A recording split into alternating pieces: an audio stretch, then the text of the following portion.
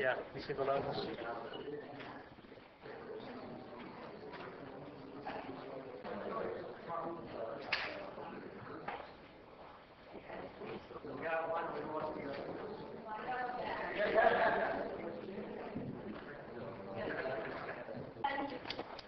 We're going to go ahead and call this meeting to order. I have 4 Misha cupcakes left up here if anybody wants one. I'm not taking them home tonight, so. Where's Dennis? He's usually the garbage. Garbage guy. No, he likes to eat. Okay. I'm going to call the meeting to order. Let's just say it's 5:45, and the script is I just found out about 2 minutes ago that I'm doing this meeting, so I'll go ahead and call the meeting to order. As I said before, it's 5:45, and Madam Clerk, will you do roll call, please? Councilman Burgess? Here. Councilwoman Lobos? Absent. Councilman Maldonado? Absent. Councilman Shelley? Here. Councilman Williams? Here. Vice Mayor Waldman? Here. Mayor Bateman? Absent. I'll just say that Mayor Bateman has had a loss in his family. Did you say it already, John? Oh, okay. Go ahead and say it. His brother has passed away, and we'll do a moment of silence at the council meeting when he's here. I think that's a better time to do it. And but anyway, our condolences go to his family. Any additions, deletions, or deferrals? Madam Vice Mayor, Yes. if we could just move, I believe it's tab 14 and 15, since we've got the one gentleman sitting here, and he seems to be the only one in the audience for any of the items. I would think that would be hospitable for us. Okay. Does anybody have any regrets to that? Nope. 14 and 15. I'm here for tab 1, 2, 3, Okay. Then is it for all of them. look, at the size of this book, I wouldn't mind deferring them all myself, but, okay, all right, thank you, Councilman. Then we'll go ahead and, we don't need a vote on that, do we, James, to move it up? Aye. All in favor? Aye. Any opposed? No, okay. Then we'll go ahead and, you want to do that, John, before we do the minutes and everything? Just do the minutes. Okay, all right. Then can I have a motion, please, for the minutes? Motion. Second? And is there a second? Second. Okay. All in favor? Aye. Any opposed? Okay, motion carries for the July 12th minutes. How about the August 9th minutes? Motion. Do I hear a second? Second. All in favor? Aye. Any opposed? Okay. They've given me this script, and it's the most confusing thing I've ever seen, so I'm going back to the old-fashioned way of running a meeting here. Okay, let's go ahead and move tab 14 up. Vivian informs me that it's the insurance items are 12 through 15. 12, well, okay, 12 through 15. Yeah, when I look down, yeah, you're right. Okay, I'm sorry. that's okay. All right, then we'll go ahead and do tab 12, City Attorney. Do you want to go ahead and...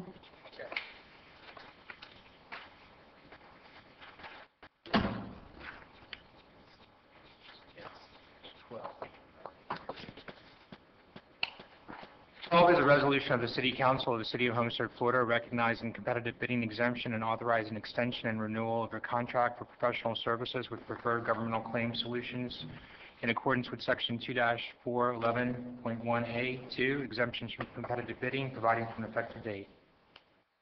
Move it. Do I hear a second? Second. Any discussion? All right. All in favor? Hang on. We got staff report first. If you'd like. Okay, sorry. It's okay. Staff recommends that the mayor and council authorize the city manager to renew the professional services agreement with Preferred Governmental Claims Solutions on behalf of the city of Homestead for the period of 1 year, 10/1/11 through 9/30/12, with a total cost of $46,800. Staff further recommends that the city manager be authorized to renew the agreement for successive annual periods up upon substantially the same terms and conditions. This request is in accordance with the City of Homestead Code Section 2-411.1A2, exemption from competitive bidding for professional services. Okay, any questions now? No? All right. Should I ask for public comments here? It's not necessary, though, correct? I don't think it's necessary on this. Okay, all in favor? Aye. Any opposed? Motion carries. Okay, tab number 13, correct, Vivian? Okay. 13 is a resolution of the City Council of the City of Homestead, Florida, waiving competitive bidding requirement for electronic data processing insurance coverage with Travelers Insurance Company in accordance with City Code Section 2-411B, exemptions from competitive bidding, authorizing transaction, and providing for an effective date. Okay, staff report? You need a motion, right? I'm sorry, I'm wrong. I'll go back to the script. Back to the script. I know. I mean, it doesn't even tell you which one you're supposed to be on. I'll second. Okay. Now staff report. Vice Mayor, this renewal represents an approximate 12% increase from the expiring premium, which is the direct result of the increase in equipment values, 2.4% being covered. In order to maintain market relationships and because of the aggressive marketing done in 2010 for fiscal year 2011, the city's broker, Tierra Jones, the division of Brown & Brown, only pursued renewal proposals from the incumbent insurers. The incumbent insurers were the most competitive in the 2010 process. Both our independent insurance consultant, Silver Insurance Consultants, and our broker recommend we go out to market no more than every other year when the market conditions are stable. Staff recommends that the Mayor and Council approve the attached resolution authorizing City Manager to purchase the city's electronic data processing policy for the term of 1 year from 10/1/11 through 9/30/12 for a total cost of $36,511. Questions from council? Yes.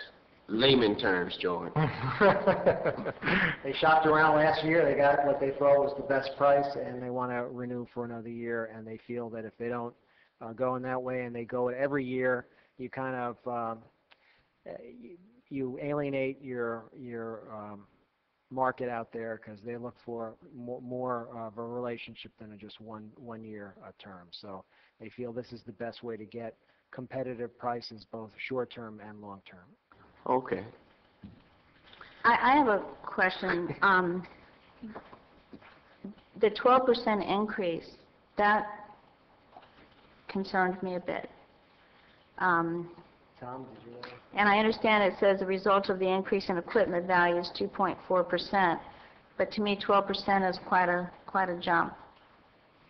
Tom, did you want to jump in?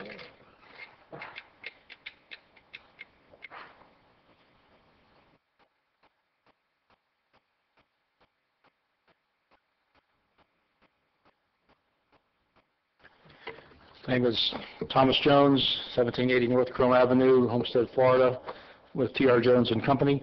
One of the items that wasn't mentioned was we had a $350,000 claim that was paid that goes under this piece of coverage, and we were expecting actually a little bigger of a change as a result of that.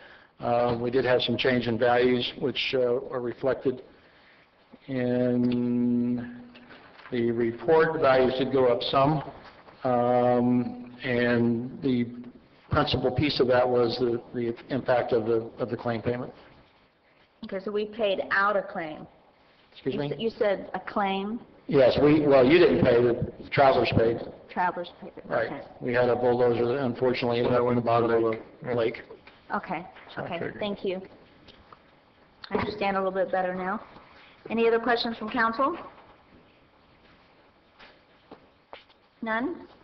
So I guess if that bulldozer didn't go into the lake, would have been okay. I'm sorry? If the bulldozer didn't go into the lake, we would have been okay. We would anticipate basically a flat renewal, yes. Okay. But on the $30,000 premium, $350,000 payment, there's no way for them to really effectively recoup that. There is a little change in the rating formula. Okay, I just thought it was important that people understand why Right. a 12% increase, because to me, when I looked at that, it was a lot. Okay, thank you, Mr. Jones. Any other comments from council? Questions? No? All right, roll call, Madam Clerk. Councilman Burgess? I'm sorry, we don't need a roll call, do we? Okay, all in favor? Aye. Any opposed? Motion carries. Okay, tab number 14. Yes, moving on to tab 14, it's a resolution of the City Council of the City of Homestead, Florida, waiving competitive bidding requirement for general liability insurance coverage with Travelers Insurance Company in accordance with City Code Section 2-411B, exemptions from competitive bidding, authorizing transaction, providing for an effective date. Thank you. Motion? Move it. Second? Okay, staff report? Vice Mayor, this package authorizes the city manager to renew the commercial casualty program with Travelers Insurance Company for public entity, general liability, liquor liability, employee benefits liability, law enforcement liability, employment practices liability, automobile liability, excess errors and omissions liability, and umbrella liability. Staff's recommendation that the mayor and council approve the attached resolution authorizing the city manager to purchase this package for the term of 10/1/11 through 9/30/12 for a total cost of $271,694. The renewal represents an increase of approximately 4.8% from the expiring premium. Thank you. Any questions from council? Yes. Mr. Williams? Let me ask a question, and maybe this goes to HR. It was some time ago. Do we have the same, does the solid waste department have the same type of coverage that the police department has?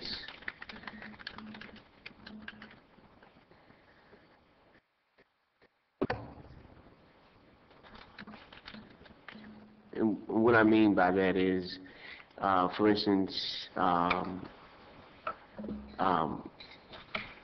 when it comes to injury or different things, the solid waste have the same coverage that the police department has?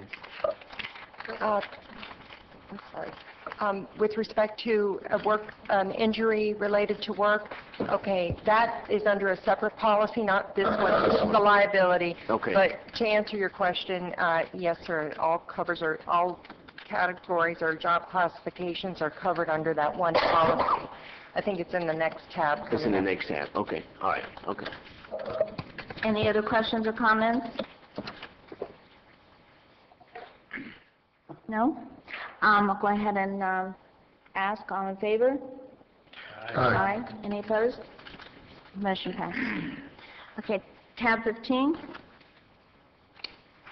Yes, moving on to tab 15, it's a resolution of the City Council of the City of Homestead, Florida, waiving competitive bidding requirement for excess workers' compensation coverage with Preferred Governmental Insurance Trust in accordance with City Code Section 2-411B, exemptions from competitive bidding, authorizing transaction, and providing for an effective date. I'll entertain a motion. Move it. Do I hear a second? Second. Okay, staff report?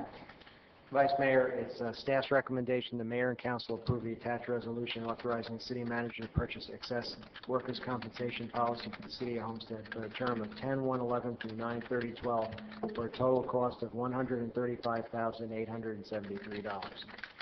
The package authorizes the city manager to renew the city's excess workers' compensation policy with Preferred Government Insurance Trust.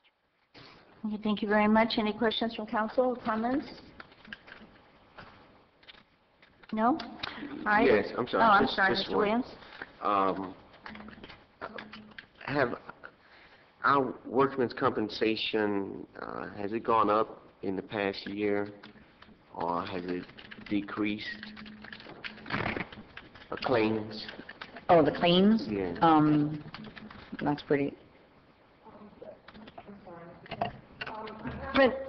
I couldn't tell you at this very second the claims frequency. I haven't looked it up. I have, I would say, I think we're right about the same.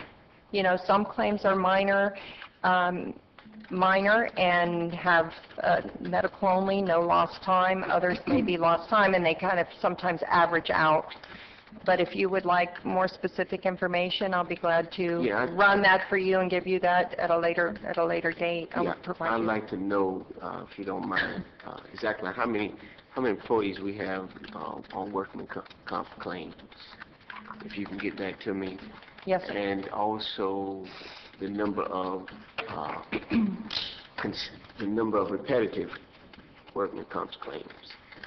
In other words, if a person from one department gets hurt one year and then the next year it's a different issue, do you have record of that? Yes, sir. Okay, could you get me that, please? Yes, sir. I will contact you to make sure I run the information that you need. Okay, thank you. Priscilla, why don't you just go ahead and give us all a copy of that when you do that information. And thank you, Mr. Williams, for asking that. That's very important. Any other comments or questions? No? I'll call the vote. All in favor? Aye. Any opposed? Motion carries. Next item would be tab 3, I believe. Is that correct, James? Okay.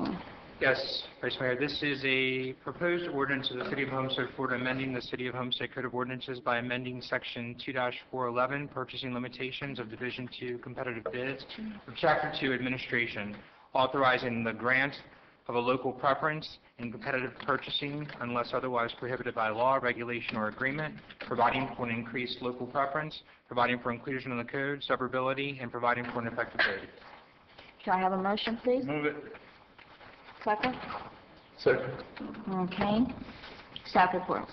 Vice Mayor, this is one of those items where you have a choice between the short version or the long I version. think we choose the short since there's 24 tabs, so Okay. it's nice. Staff recommends the mayor and council approve the attached ordinance revising section 2-411, purchasing limitations in the City of Homestead Code of Ordinances to increase the preference given to local businesses participating in the city's competitive procurement process from 10% to 15%, while at the same time requiring that the local vendor match the lowest, most responsive quotation, bid, or proposal in order to be issued the award. I would like to mention that Jerry and his team at procurement worked very hard to really put together some best practices on procurement, which are attached to this information that include not only the local vendor preference, but a whole slew of other reforms that we're incorporating into our process. And they did a terrific job. I just wanted to recognize them. Thank you. Okay. Questions or comments? Yes. I think Mr. Maldonado was first. Thank you. I spoke with the city manager in reference to this and our best practices in reference to it. I know I think there's going to be a difference when we're looking at materials, and I mentioned Georgia recall. When we're looking at materials, we're putting out the bid signs, for instance, and let's say we put out the bid the police cars. The material that's used on there, how are we going to make sure that company A, is bidding on the same type of material to cover the car as company B, to make sure that they're not using an inferior product that's going to come back and basically cost us more money in the long run. Let's look at signs that are going for the parks. We're going to put signs out to bid. Let's say just a core sign, 4x8. They go out there. The material that's used, how are we going to make sure that it's a level playing field when we're putting that out to bid? I don't want, again, company X is going to, is going to bid on a product that's, let's say, $10 for a roll of plastic, and company A that's putting a material that's going to last for 10 years is obviously going to be more expensive. We don't want the company that's putting out the lower bid hurting the company, let's say our sign company here in Homestead, that it's not affecting them because they're putting out they're bidding on a cheaper product. Vice Mayor and Council, your question, Mr. Maldonado, is a very legitimate one. Historically, when we go out to solicitations, the scope of work and the specifications are put out with the solicitation. So if we're asking for a particular sign, there are certain requirements and, once again, specifications in terms of the signs that are provided. So what we like at procurement is to have an apples-to-apples comparison when we go out to solicitation. Now, we depend heavily on the departments that are making the solicitation or requesting the solicitation to give us those specifications. Now, in cases where the expertise is not there, we've had cases where we've actually gone out and obtained external companies to go ahead and give us advice as to how to specify the particular item that we're going to go ahead and get. And a good example of that, I think, was FICO Williams and the PAL Gym, where we actually had an outside entity come out and actually give us the specifications for the AC. So we want to make sure that we get an apples-to-apples comparison when we go ahead and do the solicitation. So a lot of times vendors do ask us questions. We go back to the department that requested the particular item. We get those answers back to them. Okay, thank you. Okay, Yes. Mr. Williams. Now, I've also brought this up to Jerry, and I'm just putting it on the record, so dealing with this. I've also asked Jerry to come up with a companion to this with dealing with minority businesses, because I know that there is not anything in our code, and since we're revisiting this issue, that I felt that it needed a companion of a minority preference as well when it's coming to some of our contracts in the procurement process. Jim, would you just update us on exactly where we are and how far we got to go with that? Absolutely. I would say about 2 months ago, we had a local vendor come in who aired the same concern about a minority preference being applied to purchases here at the city. As a result of that, we had a meeting with the city manager, and we've started the process of gathering information as to what our current baseline is in terms of how much of the purchases that the city is making is actually going to minorities. So procurement has been working closely with the attorneys. In fact, we recently received back an updated form of our local vendor, our vendor application, which now is requiring the vendors to indicate if they're a small business enterprise and also give us a breakdown of the percentages of minorities that actually work for them. That's our first step. What we're going to be doing now, hopefully within the next couple of months, is asking all our vendors to go ahead and re-register with the city using this new form. Okay, at that point, we're going to be able to determine if 10%, 20%, 40%, 50% of the purchases that are actually taking place with the city are going to minorities or small business enterprises or not. At that point, once we know what our baseline is going to give us an idea of where we want to go next with a minority vendor preference. And the reason why I echo this, I think, is because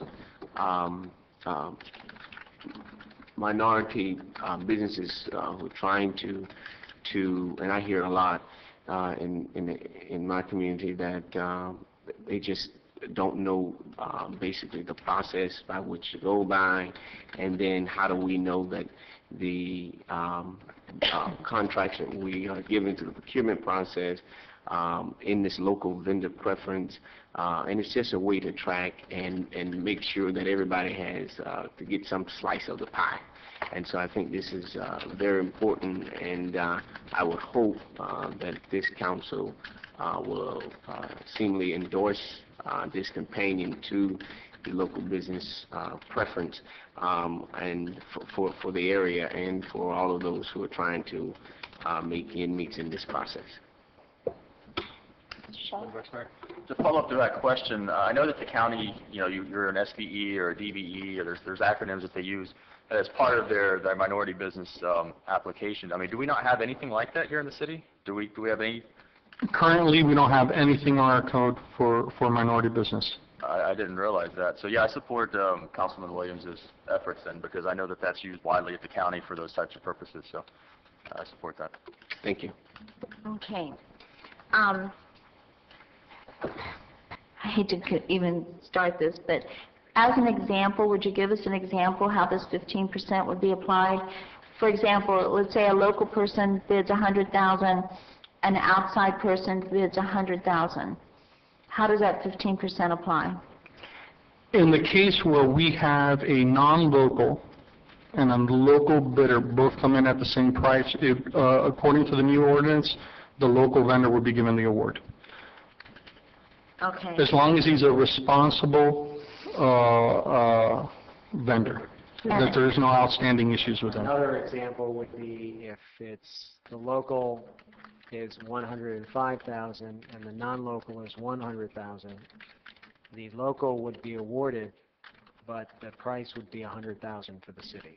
So the local would be asked, are you willing to match the lowest price? Okay. So in this way, there's a 15% swing, but the city doesn't pay the cost. Currently, right now, the city would pay the difference. And in this scenario, the 15% gives greater advantage to the local, but the city doesn't absorb the extra expense. And also, I know we've had discussion on this in the past, but it needs to be determined who qualifies to be a local vendor. In my opinion, you're not a local vendor unless you hold a business license and have a place of business within the city limits of Homestead. Correct. And in fact, this ordinance touches a little bit on that. Right now, you have to have a valid tax receipt and have a business within the city limits to be considered a local vendor. But in addition to that, there's a new stipulation that you have to hold this business license or tax receipt for at least 1 year prior to you opting for the local vendor preference option. Reason being, at procurement, we've gotten wind of non-local companies trying to use residential properties to go ahead and get a business license there and trying to take advantage of our current local vendor preference, which really applies to our local businesses. So by putting that stipulation that it requires at least 1 year prior to, we think we'll go ahead and take care of that problem. Okay, thank you. Mr. Burgess?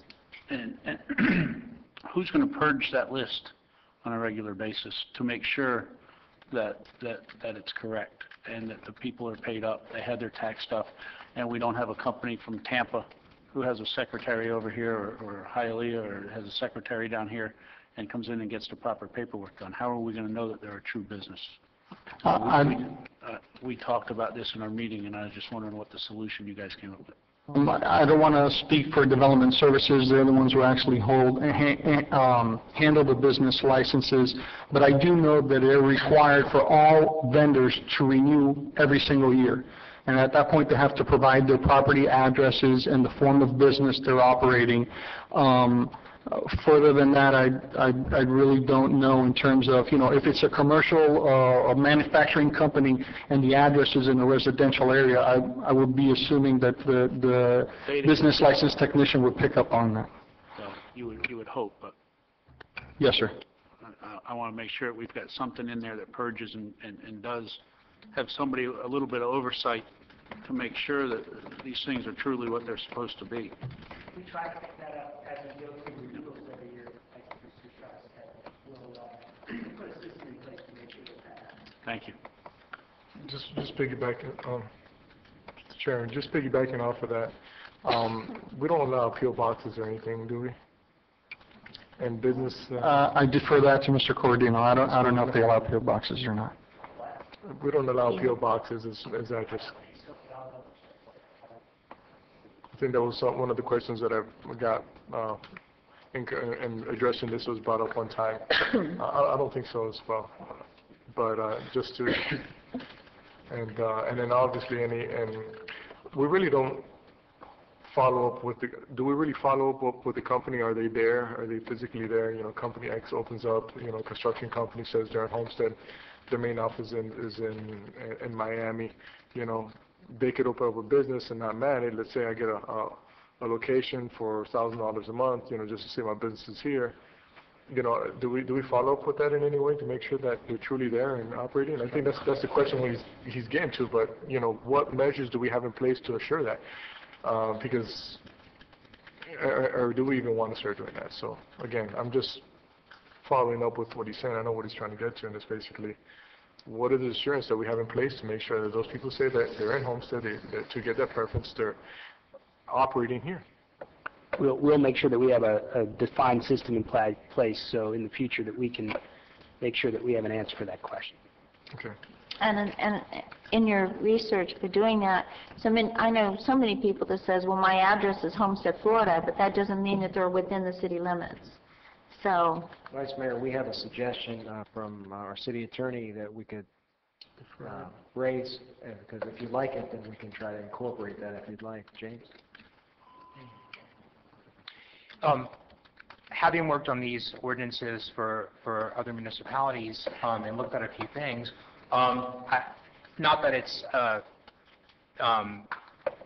you're going to catch it all the time, but certainly as you have people who submit for these bids and you review the bids, if someone's claiming a local preference in the bid, what you could do is you could have them submit an affidavit attesting that the information that they're providing is correct and true, and if you later find out that information is fraudulent, you'd have the basis upon which to revoke the contract and penalize or prohibit the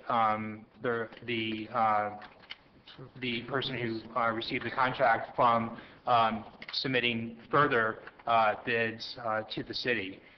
It's one way to help ensure that you're not receiving fraudulent information. But really, when you get those bids, part of the whole review process is, I would think, to make sure that those businesses who are applying, that's one of the checklists to make sure that that is a valid business tax receipt within the city and address. If I may, through the manager, we'll be more than happy to go ahead and add something like that to our bid packet. It wouldn't be a problem to add the affidavits.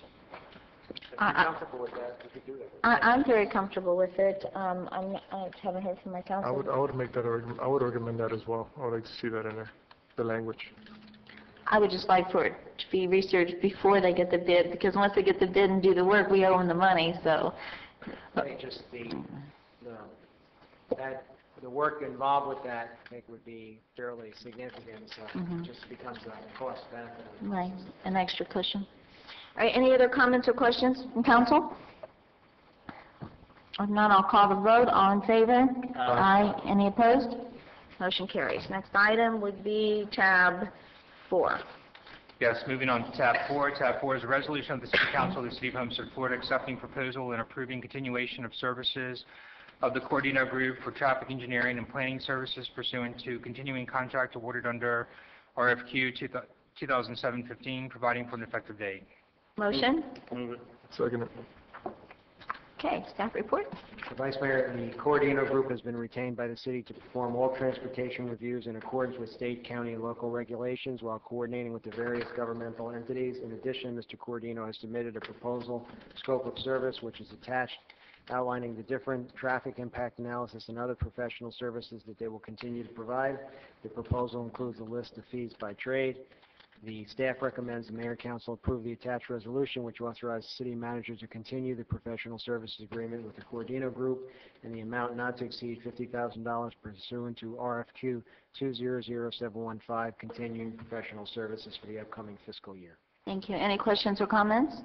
Just one comment, if I could. I had a meeting with a large developer in town yesterday who said how smooth our development services department is moving here lately and how professional things are done. So I would just like to compliment Mr. Cordino. I mean, I know he probably can't believe that, but... No comment. And I'd like, so I would just like to pass that along. That was just told to me yesterday morning, so... and I'd like to agree. I've seen a real difference, a huge difference, and congratulations. Congratulations. Any of... Madam Vice, okay. Mr. Shaw? No, I just wanted to, I agree. Saying Mr. Cordino's done a great job, but I just want to make sure that this is not for him being developmental services. Right. This is for his company to do traffic studies, correct? So it's not renewing his contract. That was already renewed prior. We're just throwing that in there. But yeah, I do agree, he's done a great job. I just want to make sure that it's clear that what we're voting on. Yeah, okay. Mr. Williams? That was my concern too, so that I'm just clear what I'm voting on. And this is for the remaining of the year or for the next fiscal year? It's for the next year, the 2011, 2012, next fiscal year, whatever that one is. We're hiring this guy, you know? Are you living in our world, Joe? Some days I feel like. Mr. Williams, are you finished? Yeah, oh, yeah. All right, any other comments or questions? We'll call the vote. All in favor? Aye. Any opposed? Motion carries. Next item would be tab 5. Yes, tab 5 is a resolution of the City Council of the City of Homestead, Florida, approving a renewal of the consultant agreement between the city and MT Causley, Inc. in accordance with City Code Section 2-411.1A2, exemptions from bidding, providing for an effective date. Okay, motion? We don't have a motion? Make a motion. You make the motion? Mr. Maldonado? I'll make the motion. Oh, the motion is to approve?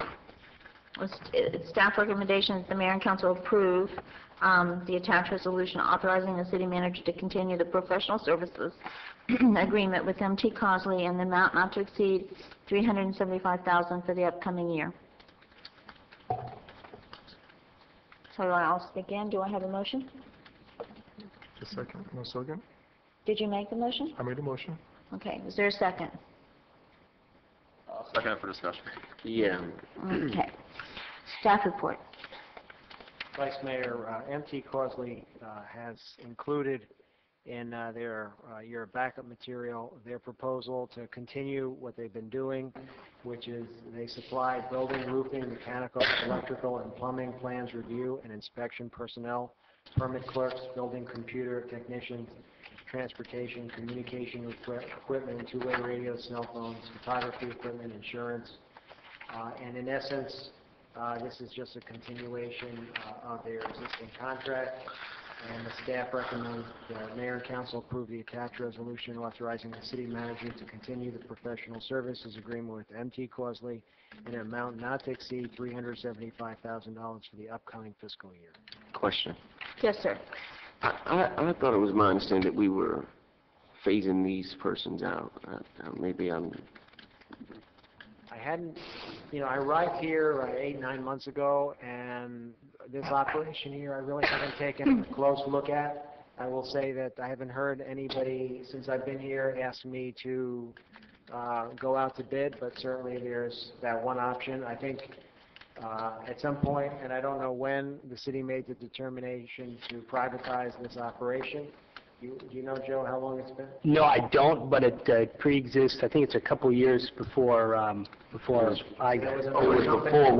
was before 2009. Right. Before 2009, I think there was another company. I believe it was Cap Engineering, and then this company was put in place after them. How long this has been going on, I'm not really sure. Okay. Another follow-up. Is this just a... We've heard 3 years, roughly. 3 years. Is this maybe a misprint? The current balance $27,582.50, or? Where do you see that? Oh, I see it. Okay. Is that just a misprint, or? Quickly, this one was reviewed by your department, correct? Because I don't think we have enough money to pay them. Well, I think this is a fiscal year issue. I understand, but why would, if that is... Just turn it off and then pull it down, Christie. And then pull your mic down. The $27,582 is the current balance for this fiscal year 2011. And this contract is asked for the next fiscal year. So the line item recharges as of October 1st, correct? Right. So how much was it last year? I mean, was it the same amount? Oh, I don't know.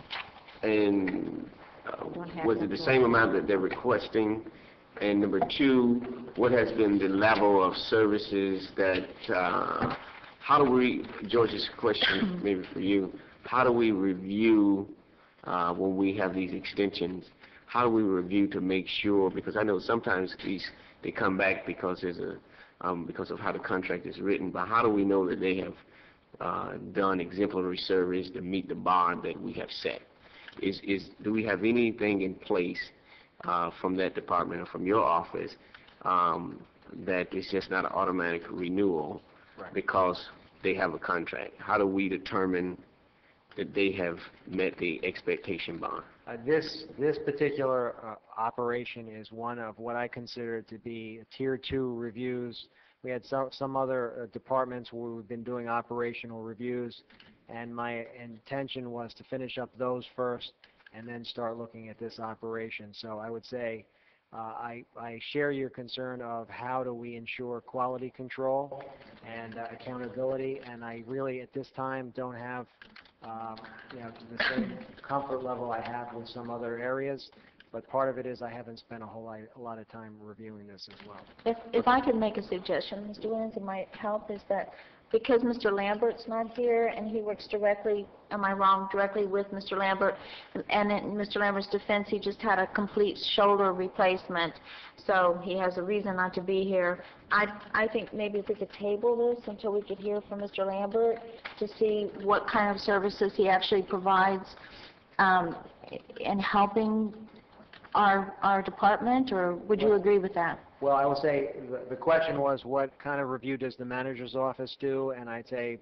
my answer kind of stands. I think Tom will tell you, and I'm happy to bring him here the next time, will tell you he's supervising them, and whether that's enough comfort level for you or not, I think that's a good discussion to have. And if you want to, rather than tabling it, if you want to forward it to the action meeting so that at least if you decide to renew it, at least you'll have the ability to do this. If we table this till the next cow, then we might not have sufficient time, but that's your call. Well, the only reason why I'm asking some of these questions because I think there was a little hesitation in even pushing this put on the agenda. So I'd like to reserve the rest of my comments to hear from my colleagues to see what is their hesitation on or the discussion item that they would like to uplift. Oh, thank you, Mr. Williams.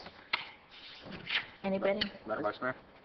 I have similar concerns or questions, I guess, as Councilman Williams does, and it relates to one is evaluating the service, or they providing the service, and more importantly, the price.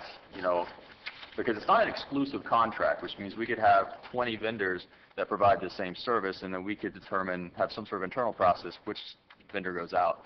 But I just want to make sure that the prices that they are quoting us in their outline is in fact on par with what other, I guess, companies would provide, just to make sure that we are getting a good price point.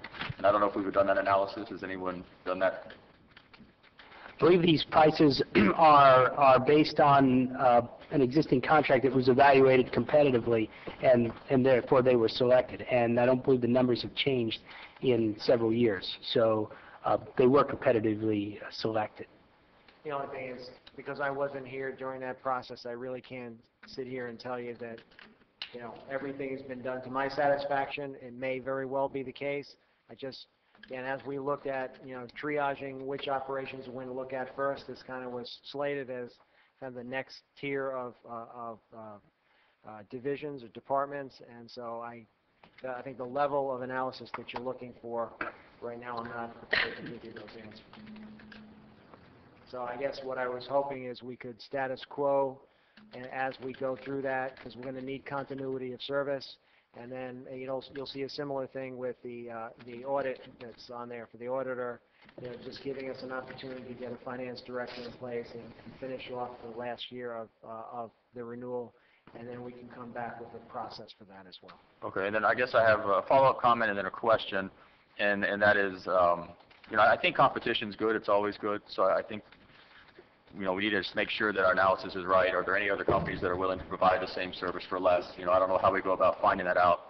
And then if we do end up with other companies, then how do we determine internally, process-wise, how we pick one? I think those are things that we need to evaluate going forward. Then my follow-up question is, The proposal that they've outlined is the exact same as the last 2 times that we renewed it? Nothing's changed, everything's exactly the same? Exactly the same. Okay, thank you. Any other comments or questions? I would, I asked for the motion to approve. Basically, I guess my question was, have we had any complaints? Have we had any concerns? From my understanding, we haven't, and I know that this company, from what I've heard, has done a good job in providing these services, so that's why I put the motion to approve. Having said that, I think that there's, if I stand corrected, this is also a new process for us, which was before, before when CAP was coming on board. I think this is where it came in, where we used to do all this in-house, and now we're bringing in outsourced companies in order to do that. So maybe that process has not been defined by us as a council, and I think that's why I'm getting a sense of maybe the hesitant of it, because again, this is a new process for us. So maybe because it wasn't done and checked and given your finger of approval on it, might be the hesitation on there. Right, and if I could clarify, because when you start in a new organization, you kind of do the triage and figure, where am I getting complaints, where do I see main, threats of exposure. And so in light of the fact that I hadn't received complaints from this operation, because I had other areas that I was looking at, I really felt for now we'll just kind of go status quo, and then we'll start digging in and seeing what we have here. Since the fiscal year is coming forward, I would recommend, unless you have some major reservations, we just put it back on for the 21st and have another year while we look at it. But if you're uncomfortable for a specific reason, then we can try to figure out how to pull it back and do a quick review if that's something that you'd prefer. Any other comments? I Mr. would just say, why don't we move it forward, try to answer their concerns before next week's meetings, Sure. and then if there's a problem, we can always pull the item and discuss it. Well, I just Agreeable to... I just want to say one thing. Before next meeting, I'd like to have some figures as to what we actually spent with them, last year, and what our savings were, and maybe a little phone conversation or something with Tom. Sure. Because I agree that we need to probably move it forward, because we can always pull it off the agenda, but, this is a lot of money. I agree with Mr. Williams, $375,000 is a lot of money, and really in this report it doesn't tell us. One other, the city attorney points out to me that because this is an as-needed basis contract, at some point if our review finds something that we don't like, we can always come back to you and shift gears. Mm-hmm. But still, $375,000 is a lot of money, and the whole purpose of outsourcing some of this stuff was to save money. So if we had in-house plumbing inspector and in-house, I don't know all the names of all the inspectors that we would need, but are we really saving money at $375,000? So we need to, I would like personally to have that information before I come to the meeting next week, if that's not putting too much, We can put that together. if it's not putting too much burden on your department. All right, so let's go ahead then, if there's no other additional comments. Yes. Again, I don't have an issue with the company. I don't know. My thing was making sure that we have a full report. I don't like to just rubber stamp renewals every year. I want to make sure that we have more substantive information to make the renewal. And if the evaluation says they're doing great and they're the cheapest out there, then let's go forward with them. But without the evaluation, I'm uncomfortable just rubber stamping, and that's kind of my point. I don't have any issue with the company itself. It's just making sure our process is correct. Totally agree, and again, it's just a function of prioritizing reviews, and that's kind of why this kind of took a backseat. Okay, any other comments or questions? And this one would be for the regular agenda, but not consent, I'm assuming, correct? I would like to have it on the regular agenda myself, but I don't know how the rest of the council feels. Yeah, I won't be here at the next meeting, so it doesn't matter. So we'll take it off the consent so that you can have separate discussion on that. Okay, perfect. All right, then we'll go ahead and vote to move it forward. All in favor? Aye. Any opposed? Next item. Tab 6. Tab 6 is a resolution of the City Council of the City of Homestead, Florida, accepting proposed and approving work authorization between the City Council and HSQ Group, Inc., pursuant to continuing contract awarded under RFQ 2007-15, providing for an effective date. Do I hear a motion? Move it. Do I hear a second? Second. Okay, staff report. Vice Mayor, HSQ Group designed the downtown drainage improvement project. This proposal is for construction administration and oversight during the construction of the project.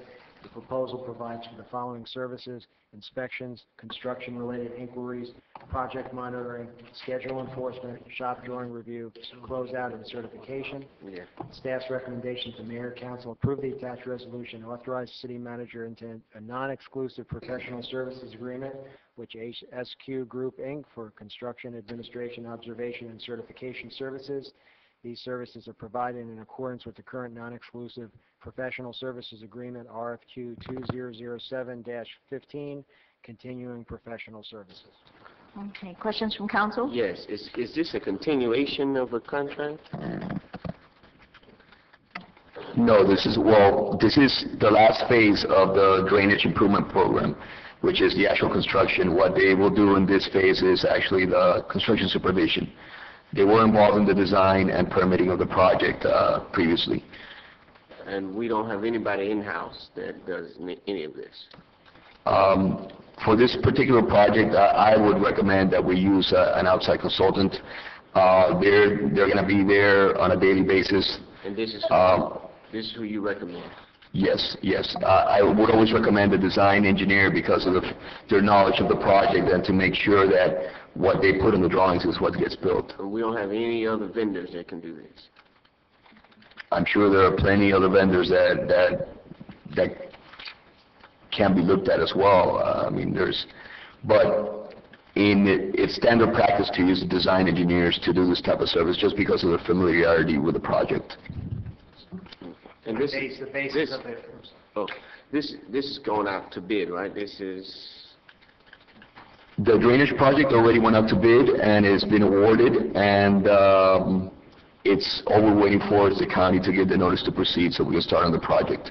So we want to make sure that we have an engineering firm on board to start out at the very beginning of the project. Okay, I guess what I'm trying to get to is how was this company chosen? Maybe let me ask the right question.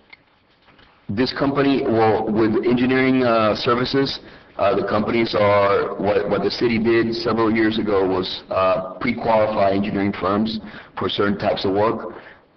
We made a list, basically like a menu of engineering services, architectural, surveyors, etc. And the idea is to have a group of qualified consulting firms that would be able to do work as we needed. In other words, they're pre-qualified, so we don't have to go out to, for services you don't go out to bid, but for proposals, because they did it originally. Right, but that's what I'm saying. We don't have a list of 3 that if we wanted to choose, besides this particular vendor, that does the same work. Should we have a list? Even though they're pre-qualified, should we have a pre-qualified list of 2 or 3 instead of 1, or is it just 1 that does this? No, we have a list of several that can do this work. So in essence, the selection of this one for this particular project is because they were the ones that did the design of it and are very familiar with it. Okay. So they've been pre-qualified with the standards that we put in the request for proposals at the time that request was put out for proposals. Okay. Mr. Williams, are you finished? You done? Yeah. 9, you told me you want me to be done? No, I wanted, Sure? didn't want to recognize anybody else unless you were finished. No, I guess I'm done now. No, go ahead. We'll beg you to I'm continue. done. I'm done. All right. Any other questions or I comments? did. I guess I have a concern here, the HSQ. And it's a recommended company because I can understand your process. They designed it, so hence, who better than to finish it, the designers, and I could see that. I think my concern, I'm feeling uncomfortable with it just because, this is the same company that the same issues that we had in our Washington. Answer this question. Was HSQ involved in the Washington project? Yes or no? Yes, they were, absolutely. Do we have multiple problems with that project? Yes or no? But the projects were, the issues that we had with that project were initiated by the contractor, not the design engineer. On the contrary, the design engineer was working on our behalf Right. to make sure that the contractor built the project based on what they designed. Right. So, So in essence, HSQ was to make sure that everything worked out according to the plan. correct. So, but you're saying on that case that it was really the contractor that basically shafted us or didn't do their due diligence? Yeah, absolutely. The Washington project, the contractor basically, in essence, finished the project. And that's why we had those issues there. Other than that, really, there were no other major issues in that project. Councilman, we also have one other issue, which, Julio, correct me if I'm wrong, but we have a grant funding deadline issue with this curve. Correct, absolutely correct, yes. It's the end of the year, correct? The end of the year. So we're just going to wrap this up, but I think the whole idea was to try to find somebody that knew the project and could get this thing through before the end of the year. And I think your concern about, I think we hear your concern, and it's doing enough. thank you. Madam Yes. Chair, I thought I was done, but I've got one It's more. all right, I'm used to it. I got one more thing to say. That's what happens when you give a statesman a mic or something.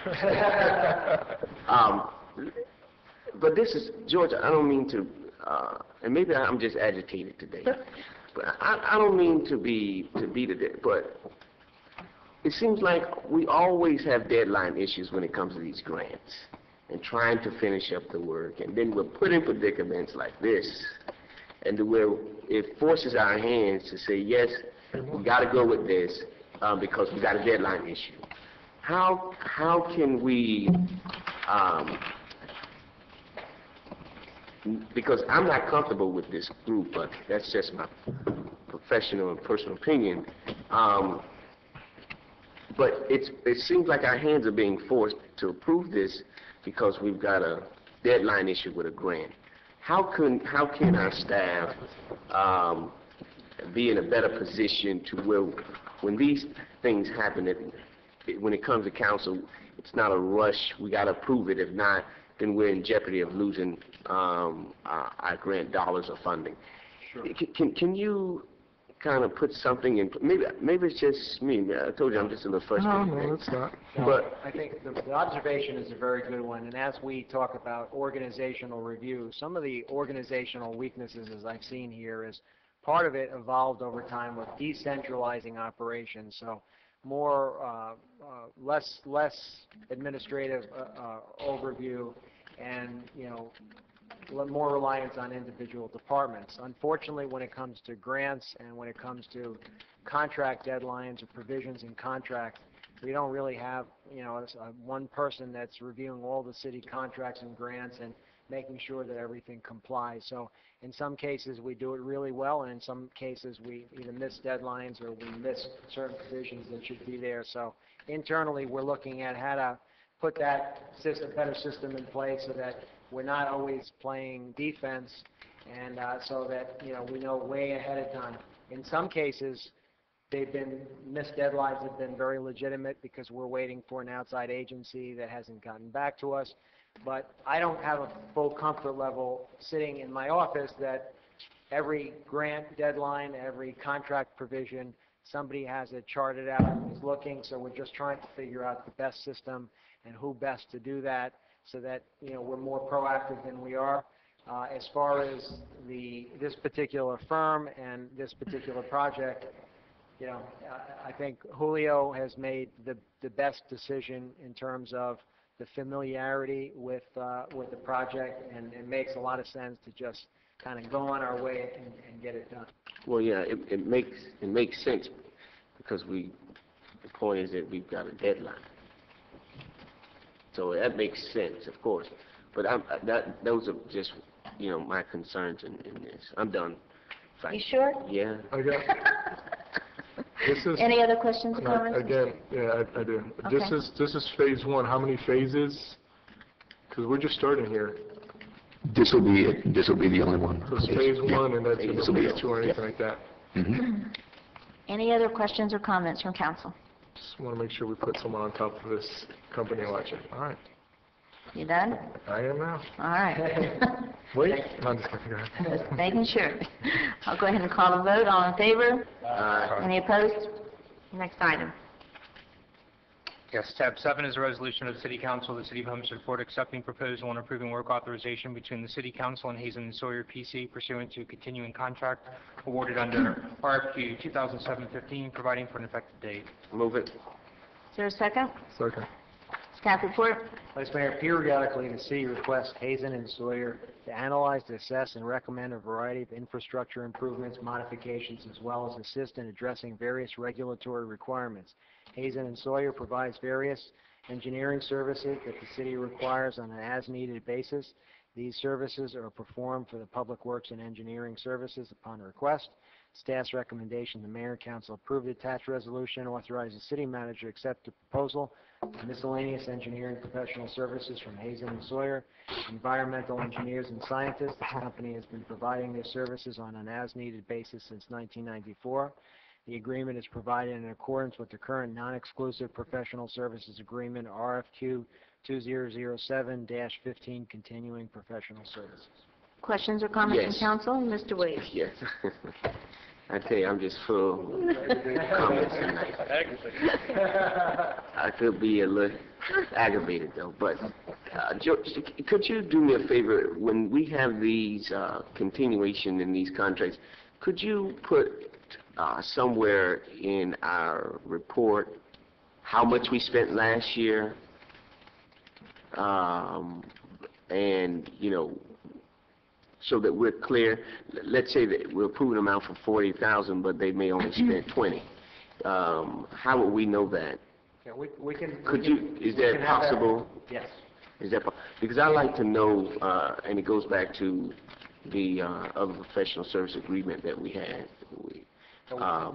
One thing also, I'd like to point out, as Jerry was going to make his presentation on our procurement best practices, one other missing piece, aside from the one that you mentioned, is to look at the professional services process as well. And so we're going to look at it. Julio and Jerry are working together to try to understand exactly how we go about this. There's very stringent state requirements on what you can and you can't do from a procurement perspective, but we also want to make sure that our process is in accordance with best practices and it works for us, that we're getting the best prices. And you know, there's certain restrictions in state law where you can't necessarily ask for price and use the price as a determinative factor, but there is certain techniques that we think, working with the city attorney's office, will be able to judge to stay out of trouble so that we don't run afoul of the statute, but also make sure that we're getting our money's worth and we're getting quality work. Okay, very good. Thank you. Sure you done? For right now. For this tab. Any other questions or comments? Mr. Maldonado? In the future, do they ever come before us in the council? And like, if I have some questions in regards to our wastewater treatment. Do I go through Julio or do we go through the company who's providing service, the professionals? I'm saying a professional, but Ideally, if you have questions that Julio can handle first, that would be preferable. But if you need them to speak to you, we can have that. We can arrange for do that. dog and pony show presentation, see how you're doing, what's their methods. I want to know who we're working with. You done, Mr. Maldonado? No. That's not a problem. We have about 20 more tabs to go, so I'm just asking. Any other questions or comments? Okay, call the vote. All in favor? Aye. Any opposed? Next item. Tab 8 is a resolution of the City Council of the City of Homestead, Florida, authorizing the purchase of equipment for the City of Homestead wastewater treatment plant from Roca Controls, providing for waiver of competitive bidding, providing for implementation, and providing for an effective date. Motion? Move it. Second? Second. Okay. Question. Steph? Okay, go ahead, Mr. Burgess. I'm sorry, staff, go ahead first. Sure. Okay. The City of Homestead wastewater treatment facility currently has a need to rehabilitate its supervisory control and data acquisition system, otherwise known as SCADA. SCADA system consists of an integrated batch of industrial equipment such as the programmable logic controllers, solid-state panel-mounted human-machine interface. There'll be a test afterwards. Okay, I can't wait. District ultimate working medium, and most importantly, the Wonderware graphical operator, interface and data historian, computers and software. Most of this equipment is 12 years old, and by replacing and upgrading a limited number of components as outlined in the system can be brought up to current standards, thus providing a more reliable and regulatory compliant operation and ensure availability of maintenance parts. Rocha Controls is the original designer and installer of the existing system. The City of Homestead water treatment facility would largely benefit from Rocha Controls being a sole source contractor for this project because they did the entire engineering, programming, and startup, but have also been the sole source maintenance contractor since the inception of the system. Staff recommends Mayor and Council approve the attached resolution from Rocha Controls in the amount of $97,772 for the SCADA system upgrade project.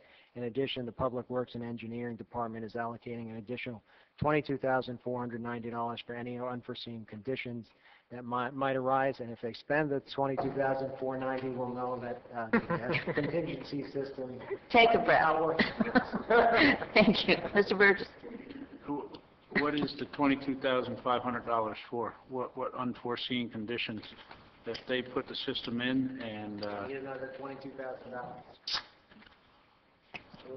Again, this is just we're trying to avoid what happened previously with the other items. That doesn't mean we're going to spend this money, but we're into that double-edged sword. They see that number, and then but no, the PO that will be given to them does not include this amount. Oh. But they have televisions and computers. It's 97. Public document. See how it cuts both ways? Yeah, it's well. Good question, Mr. Burgess. Keep an eye on it. Okay, any other questions or comments from council? I would just like to say, if I had an engineering firm, anything to do with public, I would love to put it on the Julio, because I would get a contract every year. He would recommend it every time. I think Julio's in the hot seat tonight because of all these things coming up, so. Mr. Maldonado, do you want anything to say? Okay, any other comments? No. Mr. Shelley? Okay. Sure, Mr. Williams? I'm part on this one. Okay, all right. I'll call a vote. All in favor? Aye. Any opposed?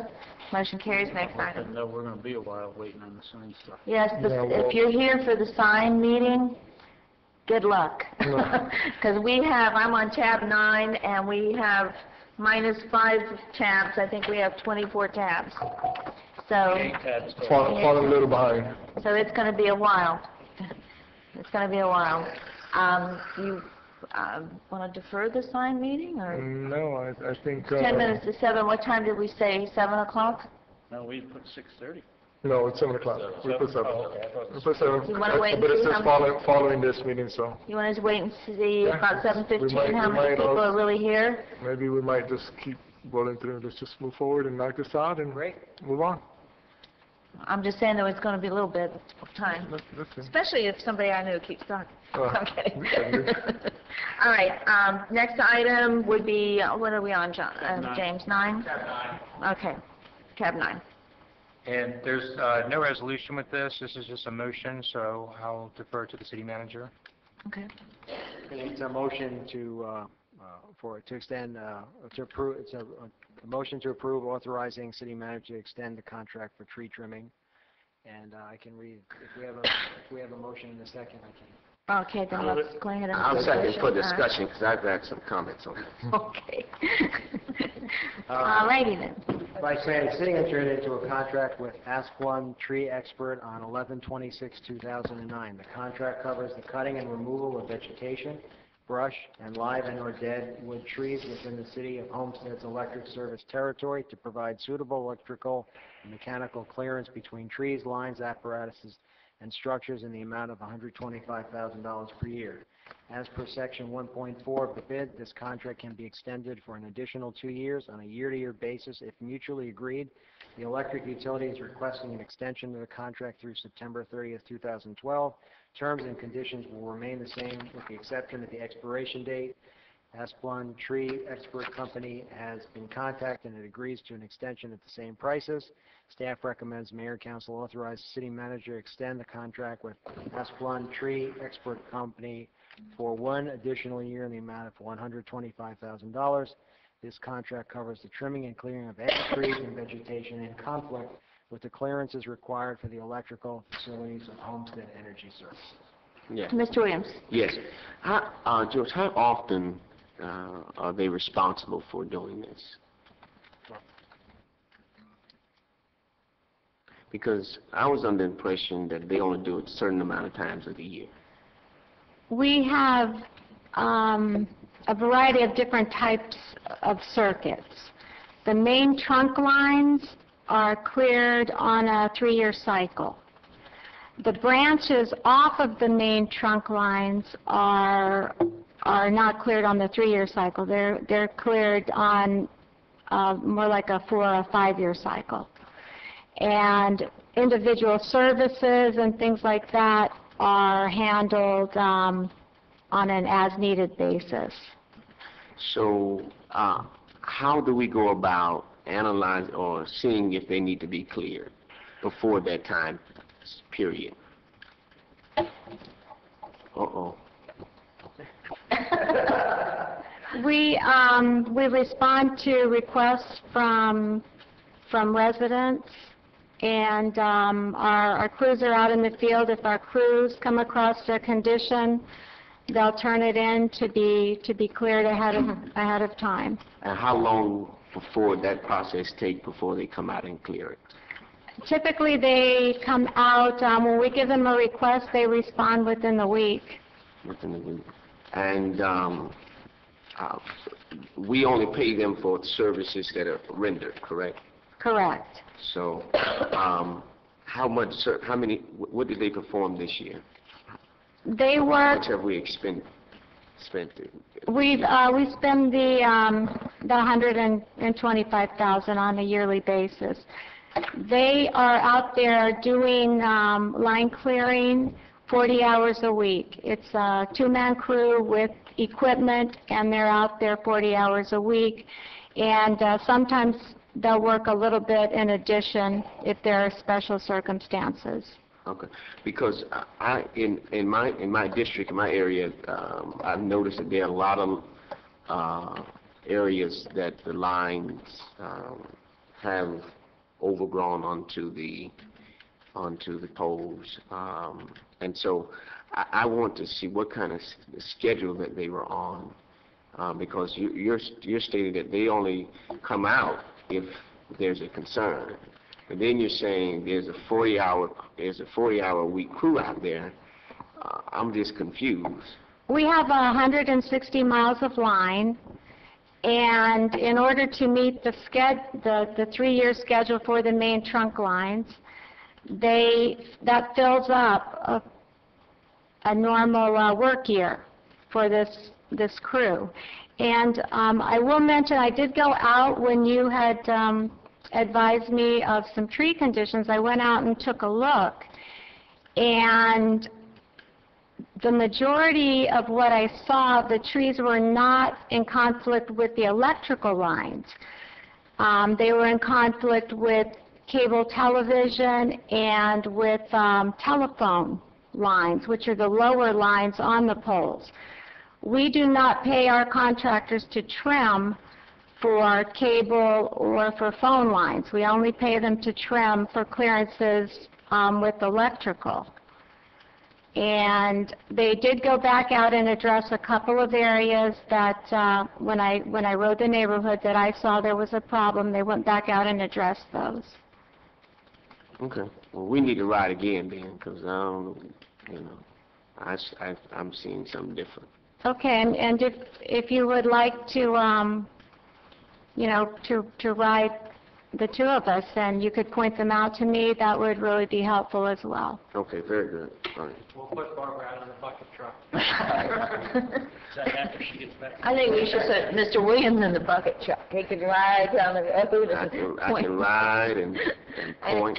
Any other, Mr. I Shaw? don't know, Mr. Mayor. Just to follow up on some of the comments he made, and just so I'm clear, so they work 40-hour weeks, 360 or however many days out of the year, or more work weeks during the year.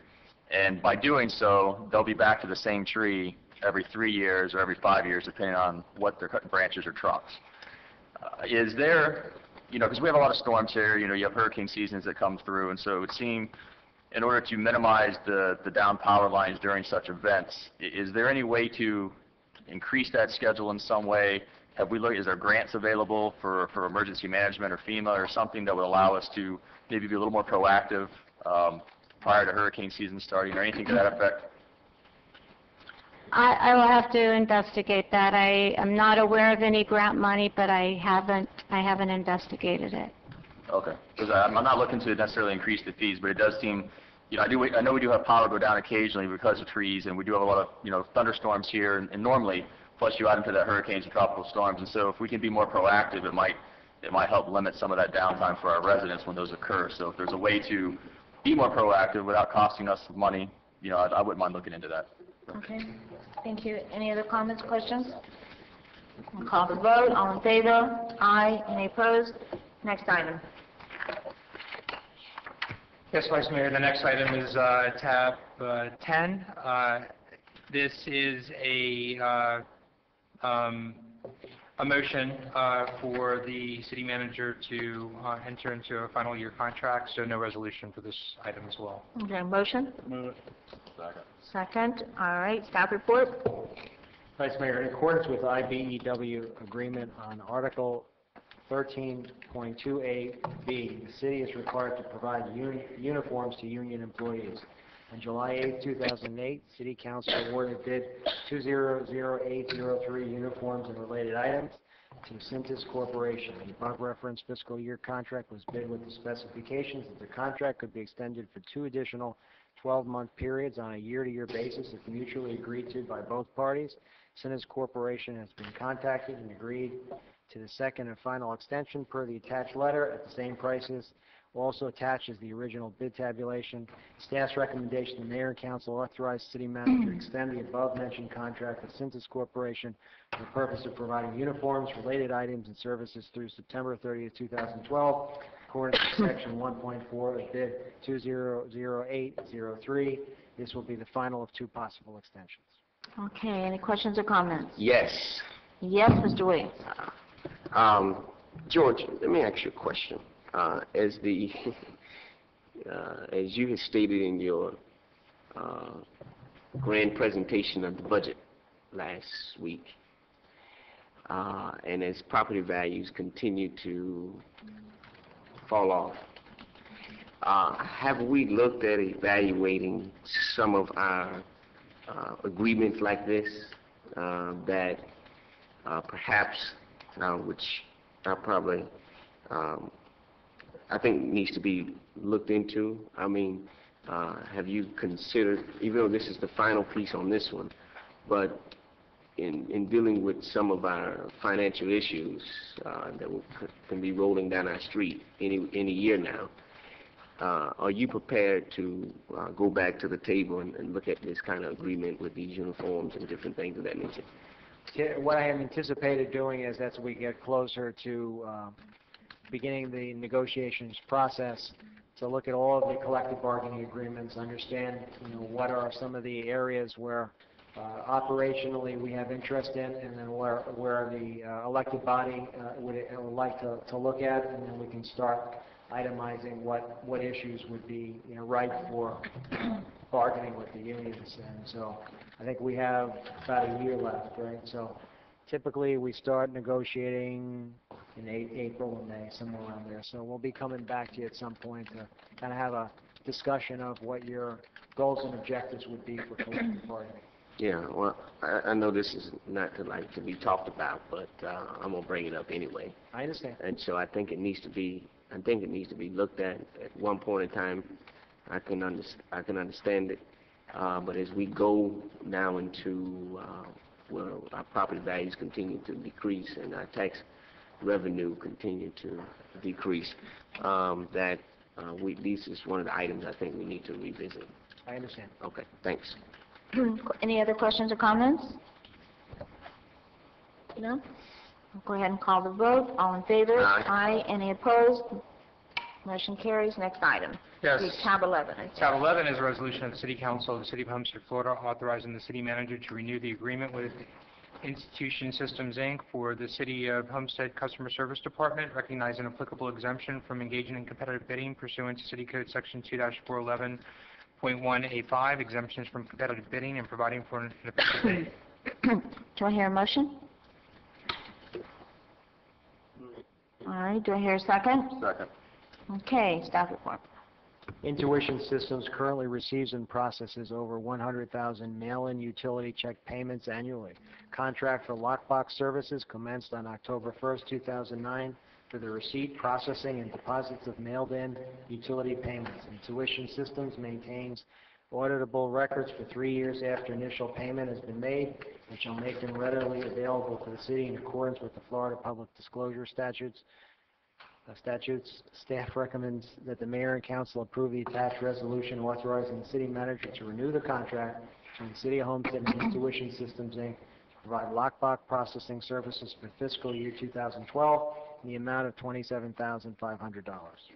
Before I ask for comments, I just want to say, working with Richard with the customer service, Richard, you highly recommend this company, correct? I mean, they've worked very well for us, I think. Yes, Vice Mayor. We've been using this company now for a few years.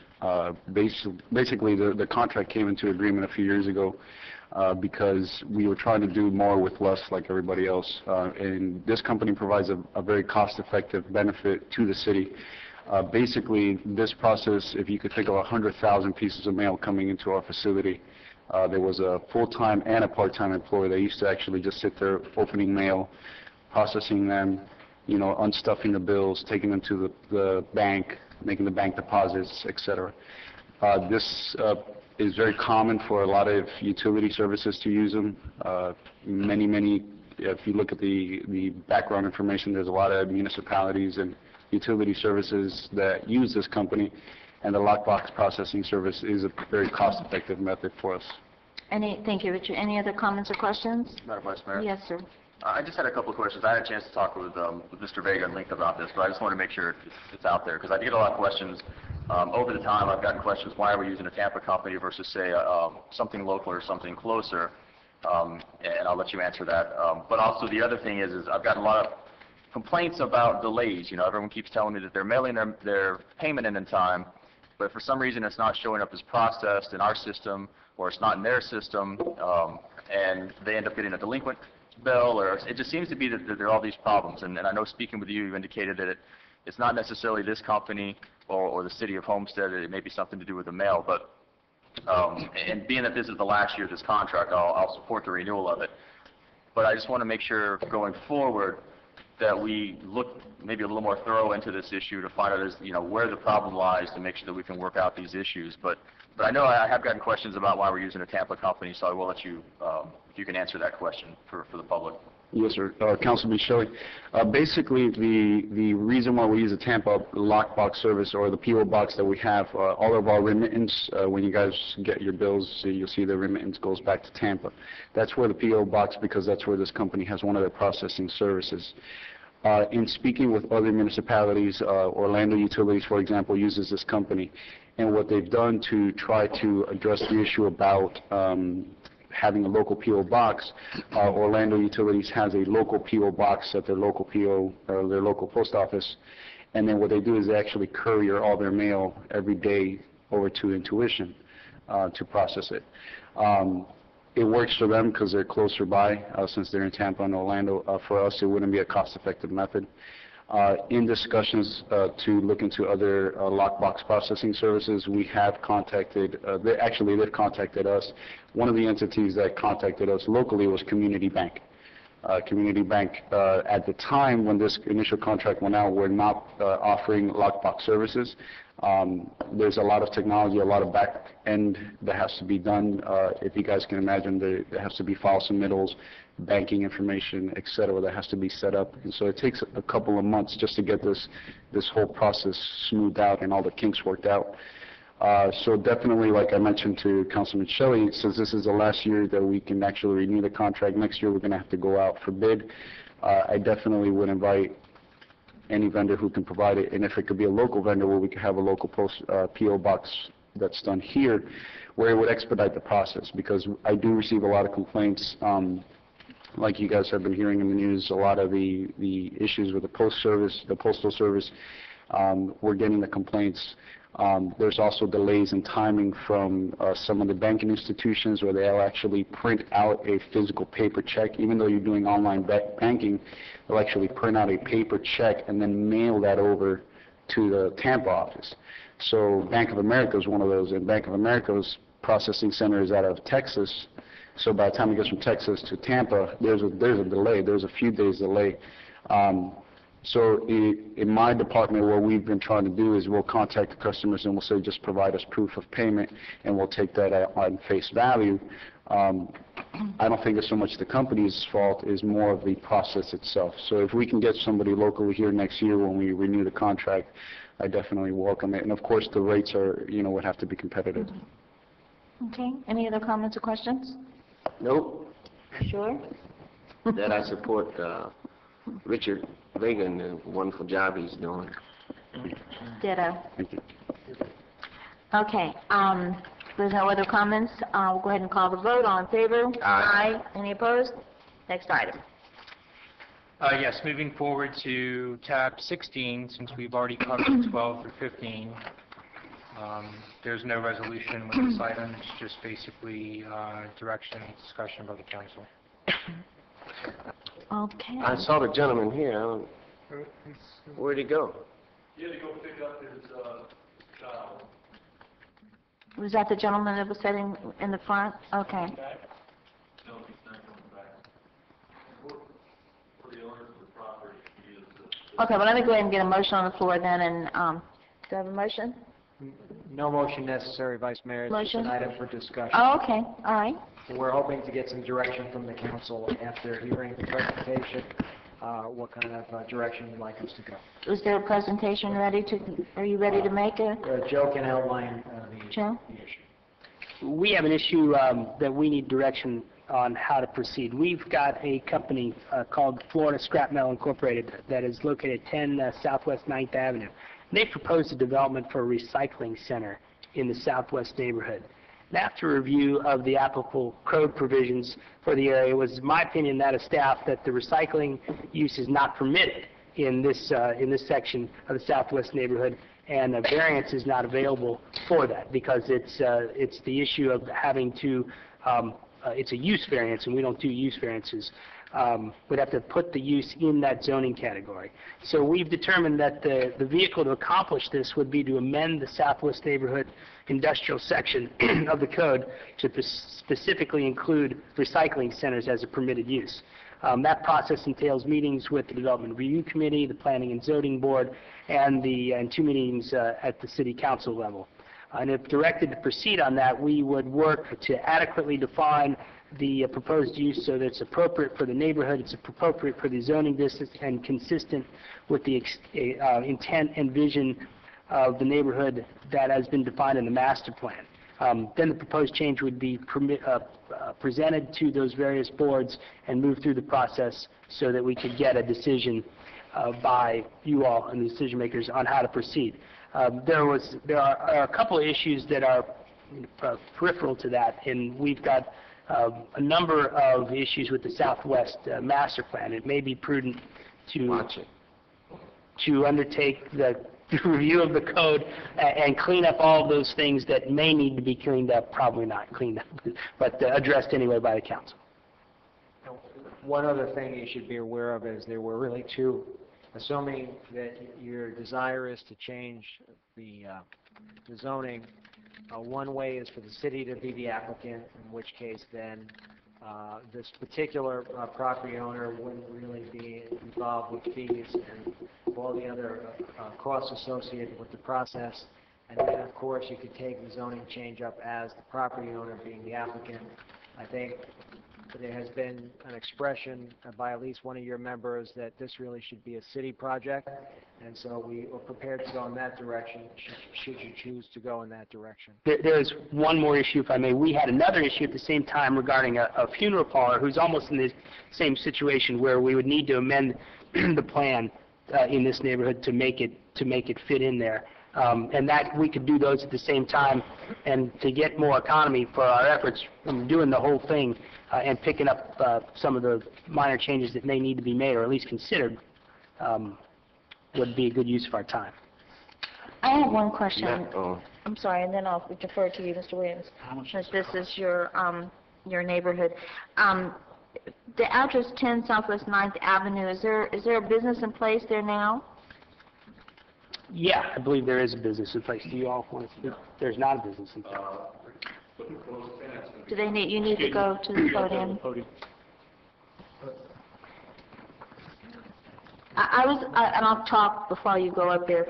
I was just confused because I drove around and around and around trying to figure out where this would be, and so that I could take a look at the surrounding neighborhood, and it was just a little confusing to me. Go ahead, sir. State your name, please, and My name address. is Tom Green. I'm an employee of South Dade Properties, and this is Jason Bach, also an employee of South Dade Properties. Can you give an address, please? Address is 131 Northeast 8th Street, Homestead, Okay. and the location is 10 through 200 Southwest 9th Avenue, 20 industrial 1,200 square foot units, been in place for approximately 40 years. The 4 units that the proposed use is for have been empty for nearly 2 years, and we felt that it would be a great service to the neighborhood, recycling center that's needed there very badly. It's a great location, heavy industrial zoning. It's the first time, I think, in many years we've had a problem with a zoning issue with a proposed tenant, but we're doing what we have to do to get it resolved. Well, it's just the way that things are written right now. So Understood. Mr. Cordino is taking us through the process that's necessary to allow certain things to go on there. I'm going to defer to Mr. Williams first because I'm sure he has a lot to say about this. The question, Mr. Williams, that I wanted to ask, if maybe you will address, is will there be anything outside going on? In other words, and how do you think it would affect the neighborhood? Well, the gentleman approached me today. I've not even talked to this guy, and he came up to me a few moments ago and proposed this idea. And I think this is something I had saw on the internet months ago about a recycling place coming to the area. And so I don't have any, really, I've not been to the site. I don't know what's inside. He cornered me over there in the corner to tell me everything's going to be inside, so I've not had a tour of it. I have no idea about this, and so I can't intelligently endorse this because, I mean, I don't know, and there was no one reached out to me. We can answer any questions. Well, you can't answer the questions I have because I don't know what questions there will be, until I go out and visit the site. I was trying to pull it up on my Google map here. I think I pulled it up, but, I don't even know what the program is designed to do. I don't know the usage that they were going to be doing. I couldn't tell you. May I call him? Yeah, sure. Mr. Shelley. Madam Vice Mayor, on this issue, I guess from a broader scope, I was on Planning and Zoning Board probably 7 years ago or so when the first Southwest Master Plan came up, and it was passed, and then it was amended because there were some issues going on with the uses, the non-conforming uses within the industrial area, and it was kind of looked at again. I spoke with the city attorney trying to get some clarification on what changes may have been made or not been made, and I've got some answers but not complete clarity yet. But from my perspective, I don't know that it's necessarily proper to go on an individual parcel basis to say that we are going to look at this idea of a recycling plant to go on this particular parcel, go through the whole process to amend the Southwest Master Plan per se. I mean, if there's other uses that are non-conforming within that industrial area, then I think we look at the Southwest Master Plan as a whole to see how it benefits the area and benefits the city.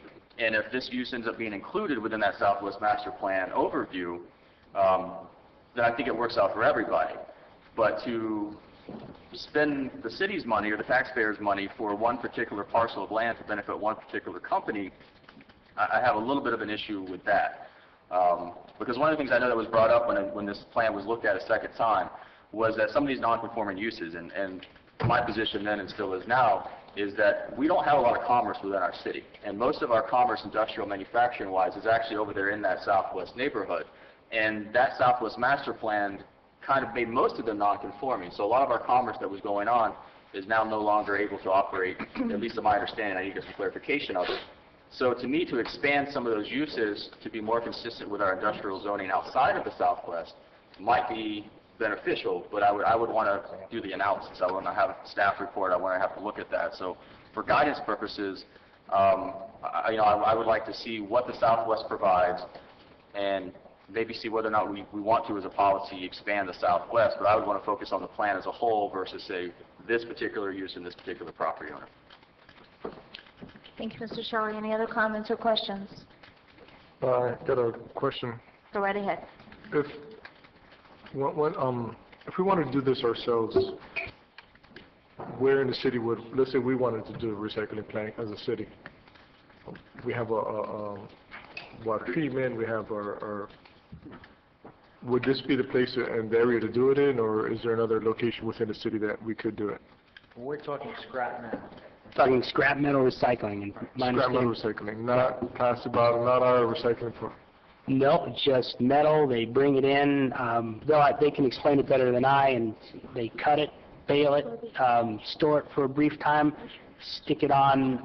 They transfer it to another mode, like a truck, different type of truck, and ship it out of the area.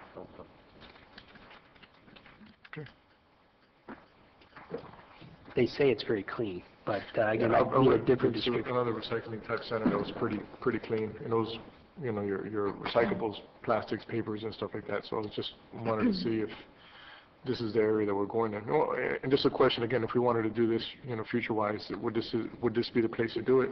If not, where? It's not permitted in the code, and it's pretty clear that it's not permitted in the code as we've looked at it. Now, it's probably worthwhile to evaluate whether it should be permitted in the code, because this may be a use that once it's described to you by the applicant that you find to be appropriate for the area, if it's an industrial area like it is. But as we read the code on first look, it's just something that we need to change to make sure it can go there. So if you choose to go forward with, let's kick it down the road and see what we come up with, then the staff will start doing their work, and we'll kind of get a sense of what all the issues are. On the other hand, we weren't sure if you might say, well, we really don't like this kind of operation at all, so we don't want to even go that route. So it's really, and then also, the other decision we need from you is, do you want to take this on as a city, or do you want to say to the applicant, well, let's see what the process brings, but you need to apply yourself, in which case, then you're talking about some significant costs for them, and so that's really kind of some of the issues. Madam Vice Mayor, can I just ask a clarification question? Just let me make sure you finished, Mr. Maldonado? It's related to that, and you said it's not permitted in the code.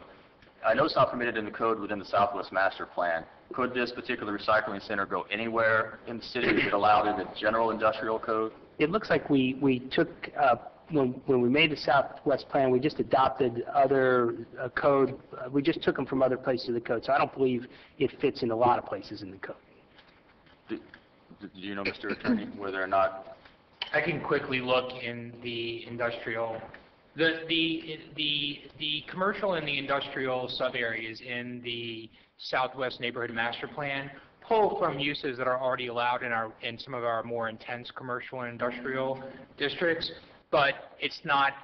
It's more restrictive. Correct. It doesn't allow the full breadth of those uses that you would normally find in commercial or industrial. It's more limited in scope with regard to those uses. But Mr. Cordino is correct that we did pull those uses from what is already allowed in the traditional industrial or heavy commercial zoning. Correct, and that's why I just wanted clarification. I don't have a position one way or another, but I just want to know, I know we pulled some, but the Southwest is more restrictive than our general code, and so I guess to get a full answer whether or not this would be allowed outside of the Southwest Master Plan, I just wanted to get clarification on that issue. We can look. We don't really. Yeah, no, that's fine. Yeah. Mr. Williams. Yeah, but Joe, this is a different issue in dealing with the funeral home piece, because the funeral home is trying to expand, right? Correct. And in their expansion, because they were grandfathered in for that particular use, then even an expansion could not happen. And so, right? Well, the way I went back and looked at the code, the master plan says that it needs to be an ancillary retail use there, and this funeral home is not. And so we would have to add to the code a provision that the funeral home was a permitted use within that district. So it really is kind of the same issue. We've just got to make sure that that use is allowable in that area of the code. Well, I'm going to endorse that piece, the funeral home piece, because that, in order for them to grow, they need to be able to do that. But I'm unclear on this recycling piece because there's not a usage there at this moment. They're not operating now, are they? No, it's not operating. Right, so it's not operating, so they're coming to us for usage to operate as a recycling facility. Yes. Right? Well, where we understand the dilemma to be with the tenant is, and correct me if I'm wrong, the tenant signed a lease with the current owner, and apparently either through the landowner or the tenant, they hadn't done their research at the time of the signing of the lease, and they didn't know that it was not a permitted use. Is that correct? Well, to a certain extent, but they have been in touch with the city from the very beginning, from my understanding, and they were going down one particular path, and until I met with the Planning and Zoning Board, we had no idea, or they had no idea of what obstacles laid in front of them or how long it was going to take. So they did homework, but maybe they didn't do enough homework, or they didn't get the answers they were looking for, you know. They had told me that they were not aware at the time that they signed the lease that what they were signing the lease for was not a permitted use. That's correct. How long? That is correct, when they signed the lease, yes. How long has the process been then? I mean, when did they sign the lease? 4 months ago. It's been 7 months. So it's a real dilemma in that they signed a lease. There's, I don't really know what the legal status of it is, but they've got a dilemma they're looking for the government to help them with.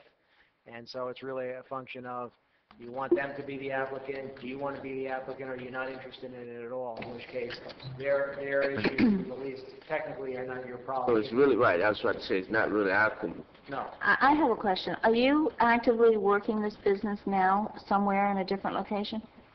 There are many businesses at that particular location. But are you're the applicant, correct? No, we're the owner of the property. Okay, so you're the one that the people signed the lease with, Yes, and you're taking it on in your responsibility to try to change things so that the person that signed the lease. has the best opportunity to start his business there, Okay, but why isn't that person here? because he had to go get his child. Okay, but is he the only owner of this? He is the manager of this particular operation here. There's 4 other operations around the area. One of the owner is Jimmy Martinez. And where is Jimmy Martinez? Jimmy Martinez is up in Hialeah right now. Okay, but I'm just trying to figure out where the other operations are. Well, they have one operation off 184th Street in Cutler Ridge area. It's been there for several years. Okay. I believe they have another operation up in the Hialeah area. Okay. They have I think a corporate office up off Coral Way. Okay. I have a question probably for Joe, too, if it's okay. Joe. Hang in there, buddy. Focus. I got you. And I think Mr. Shelley touched on this.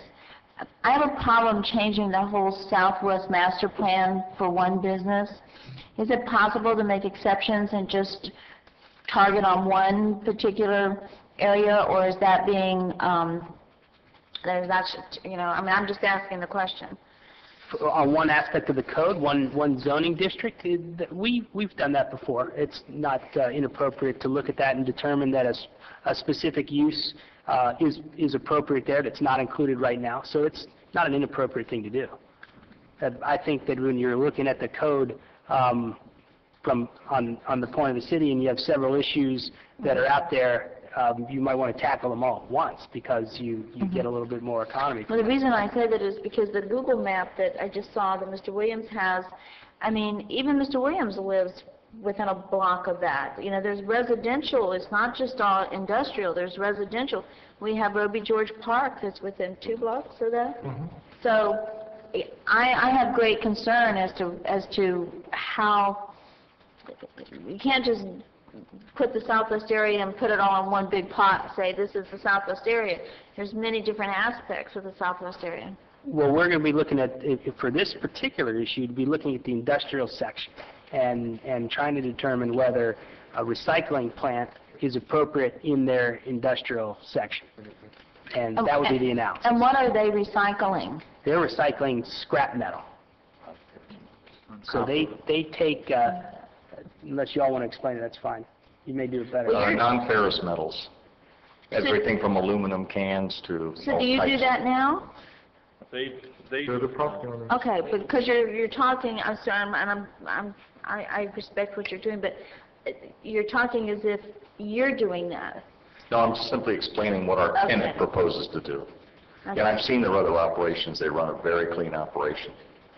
And it's a very needed service for the community. It's basically a marshaling center for local neighborhood center to collect metals so they can be shipped to more intensive locations. So there wouldn't be any plastic or anything like that? No, they don't process plastic. Strictly scrap? Scrap metal. They do collect a lot of cans, You're talking to a girl who used to own a junkyard. So, I mean, I used to do that. So, it's true. But I'm just concerned, and Mr. Williams, do you have anything else? I mean, are you looking for direction from us to? A couple of decisions we need. Number one, are you interested in looking at changing the zoning here? If the answer is no, then obviously they go on their merry way and that's it. If your answer is yes, we'd like to look at it, then it would be a question of, do you want them to apply it, the applicant, or would you like the city to initiate it themselves? And then from there, we could move through the process. We have a zoning board. We had to come back to the council a couple of times.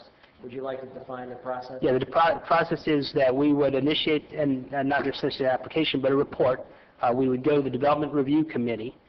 We would get those, that's the department heads essentially. They'll weigh in on any of the issues. We'll take that report 30 days later, we'll submit it to the Planning and Zoning Board and make a recommendation to the Planning and Zoning Board. 30 days later, we would go to the City Council for the first reading and then City Council for a second reading. So it's about a 4-month process. And how many jobs would be created if this were to go through? I don't know. How many do you know, sir? 8. 8 jobs? Right. Okay. And what would the cost be if the city, the city would just be taking on the responsibility? What would be our responsibility would just be staff time, really. There's some cost recovery time that would go into it because we're dealing with an ordinance. We wouldn't be doing site plan at this point. It's really just a code change, so it would be more advertising and some attorney's time, and that's really the cost, that and just staff time. So where if they apply, then there's obviously there's fees and cost recovery that they would have to cover, so it's substantially more expensive. We would be missing the fees the application fees and all the things that we would recover from an applicant that kind of pays for those types of services. Madam Vice Mayor. wanted to say one thing. Yeah, just, okay. Mr. Warren. Thank you, Vice Mayor. I just wanted to give you some context and some background and follow up with Councilman Shelley's question with regard to where else in the city do we allow for recycling centers. And currently in our B3, which is our liberal business district, which is the most intense business district, we don't specifically list or call out a recycling center, but as a permitted use, listed are transfer companies. And by definition, most of these recycling centers are transfer companies because you're bringing in materials and then transferring them out, processing them on site. And so that language in your I-1 and I-2, it's a pyramid effect, so everything in B3 builds onto that. And that's similar in the Southwest neighborhood area as well. So one of the things that you all may want to think about is if you're wanting to look holistically at the Southwest neighborhood, and maybe you are, maybe you're not, but specifically with regards to recycling, there are many types of recycling facilities. There is industrial or scrap metal type of recycling. There is organic waste materials that could be used for recycling.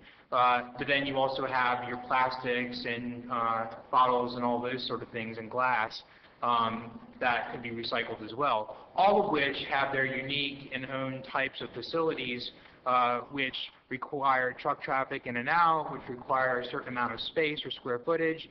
So if you direct your staff to look at that, I'm sure Mr. Cordino will be looking at all of that in context for you as well, because some may be appropriate, some may not be appropriate, but you shouldn't just think one recycling facility. There are many, many types of recycling that could go on.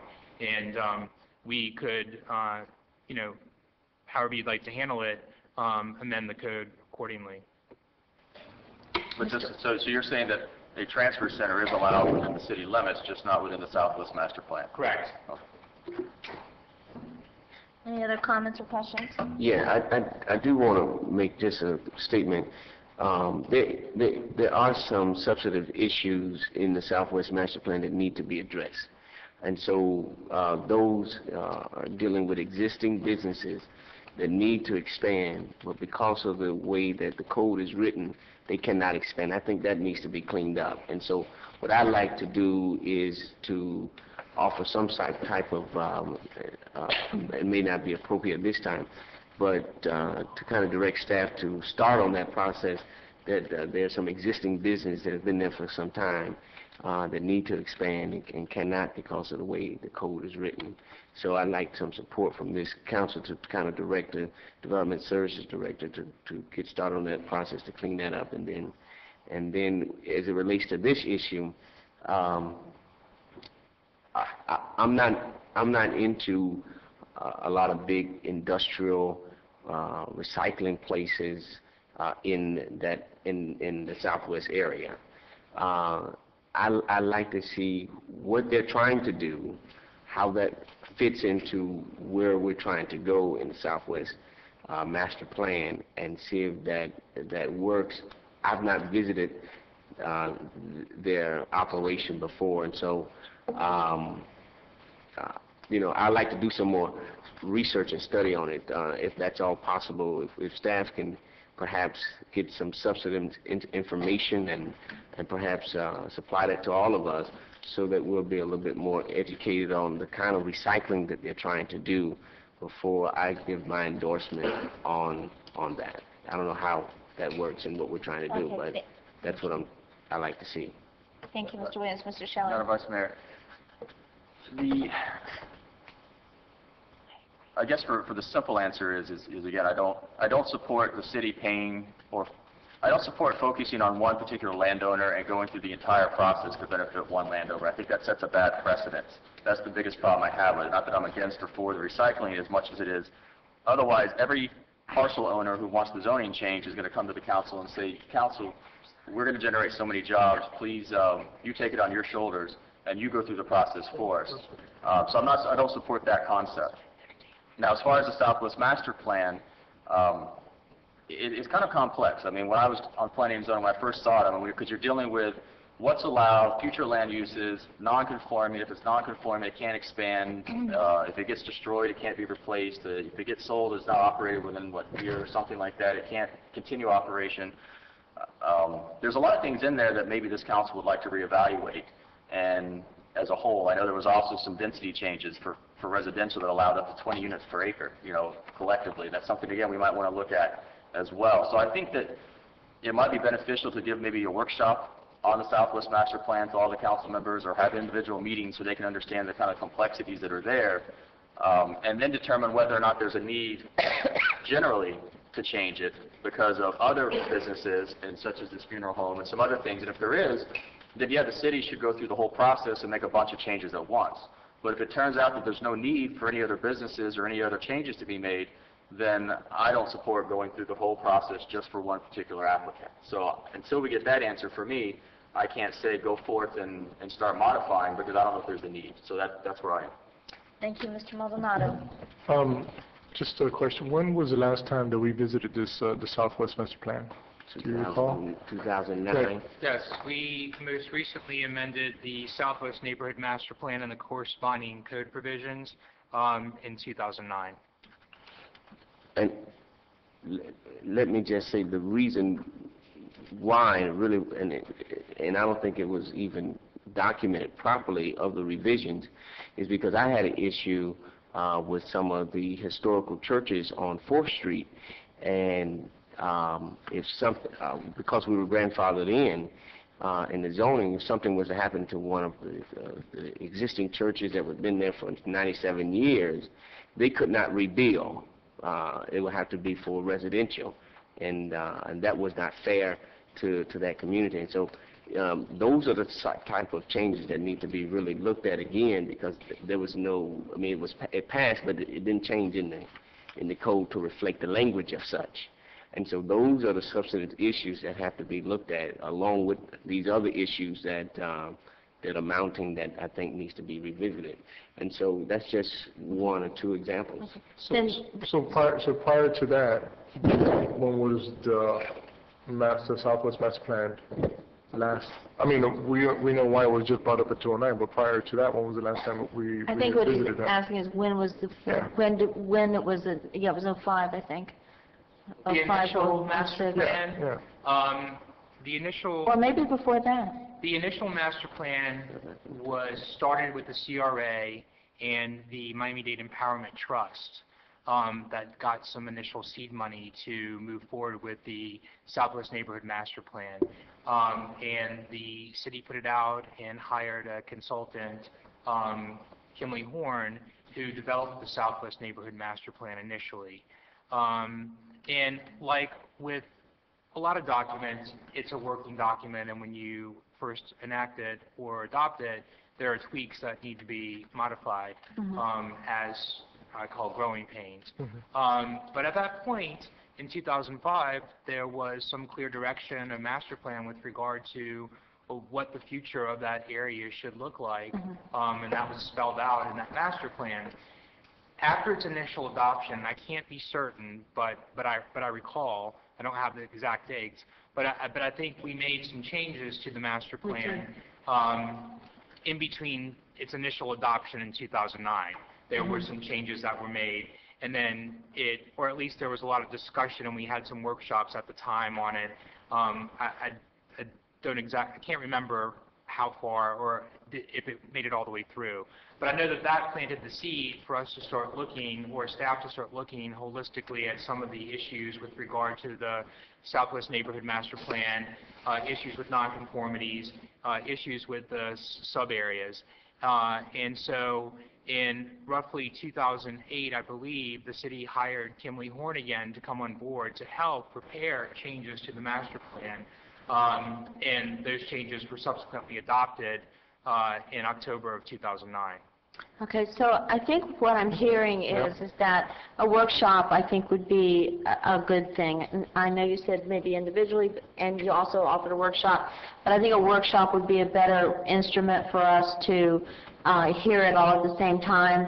I know that I agree with Mr. Shelley. I don't want to. I think it sets a precedent for us to take on the responsibility to carry all the expense, but if you can make a great presentation at that workshop and show us what you really do, because with no disrespect, you know, I was expecting to hear more of really what your operation was about, noise, pollution. You know, I was expecting all of that, and we've already spent, I think, enough time on this because we're not going to vote on anything tonight. But I think the direction is good for you as well, because it gives you a chance to work with staff, give them as much information as possible, and then come back with us, Joe, with a workshop. Is that agreeable to everyone?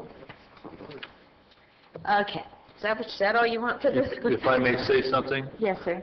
This South Bay Properties has been around for over 50 years in Homestead.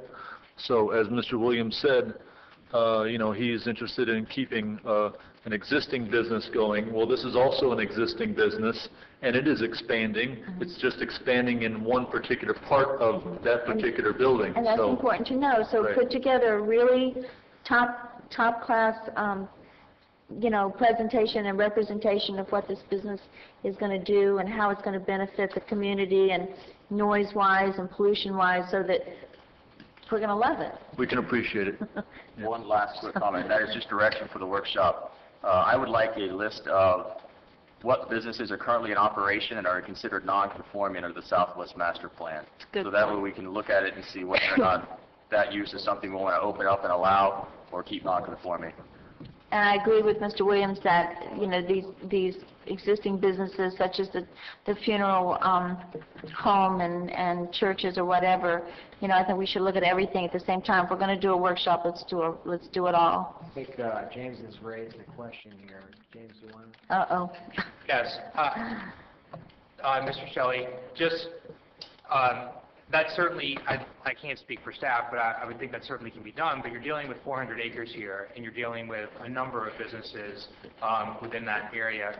I think it's not going to be as simple as just pulling business tax receipts, or it may, but I think you're going to have to there's going to have to be some research and some groundwork to do an inventory in the Southwest neighborhood to be able to ascertain whether or not those existing businesses are conforming or not conforming. Or the uses, I mean, it has to be each individual business. I just want to get an idea of what we've now outlawed and what is actually in the ground. Because right now, if we look at just the list that you're going to provide to me, it's just paper. I don't know what that means. But if you can show me that there's 25 businesses that are non-conforming for this particular use, then I'm going to look at it and say, okay, I'm glad that use is non-conforming. Or I'm going to look at it and say, why did we make that policy in the past?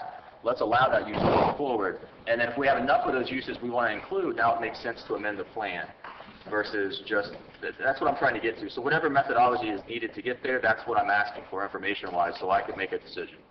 Councilman, that's a pretty significant level of effort to go through with a pretty small staff. So I'd like to go back and try to think of a methodology by which to do it. Like the attorney says, the 408, it could take a couple months to get that type of analysis done. I agree that it's worthwhile, but I just want you to know that's it's a tall task. Yeah, and I can talk to you more about it, specifically what I'm looking for. But again, I'm not looking to make a mountain out of a molehill. I just want to make sure that when we look at this plan, I have something to go on to say that there's a recycling business already there, or there's a junkyard there, or there's something there. It doesn't have to be the individual business, it's just the use.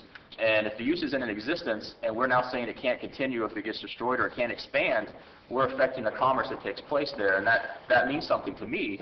And I may, as a policymaker, say, well, I'm advocating to include that use. But if I don't know the use is already being blocked, what am I going to tell you? I can't give you no direction. And it ends up being just kind of a workshop where you're telling me something and we can't make any decisions because there's nothing substantive. That's what I'm going for. Okay.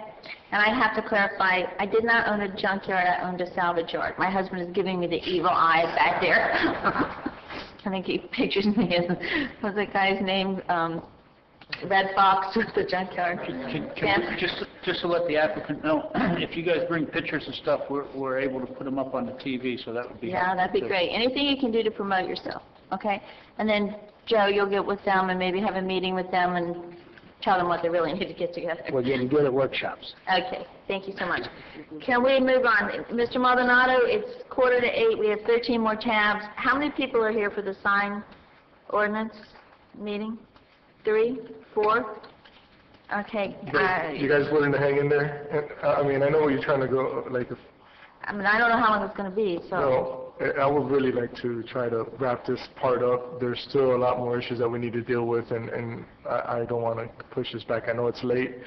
Hopefully you guys will be able to hang in there and we can knock this out. I would greatly appreciate that support. I don't know how many council people are going to... Well, we'll find out. If there's no one here, then it is what it is. Why don't we take a consensus? Mr. Burgess, are you going to be, depending a while? Okay, Mr. Shelley? We're making decisions on that. We're just trying to knock out this last one, at least with the neon signs and some... I just hate to have these folks sitting here if... Well, we had them here already. They've hung in there, so it's kind of what the questions... We're willing to wait around and we can... Are you guys willing to wait around? so tonight it's just about neon signs, That's it. but we only Wrap it got the, I'm seeing this, Joe's gonna go up there and pitch a great game. He's gonna get us through this hopefully, and we're just trying to get some final nods on this so we could wrap this up and move on towards other than Joe, you wanna shine in on this real quick, or? I'm with the government and I'm here to help, so we'll get it all squared away tonight. Mr. Shelley? Well, no, I'm looking at the PowerPoint. There's a lot of decisions to be made, and I think you're going to have a lot of discussion on each point.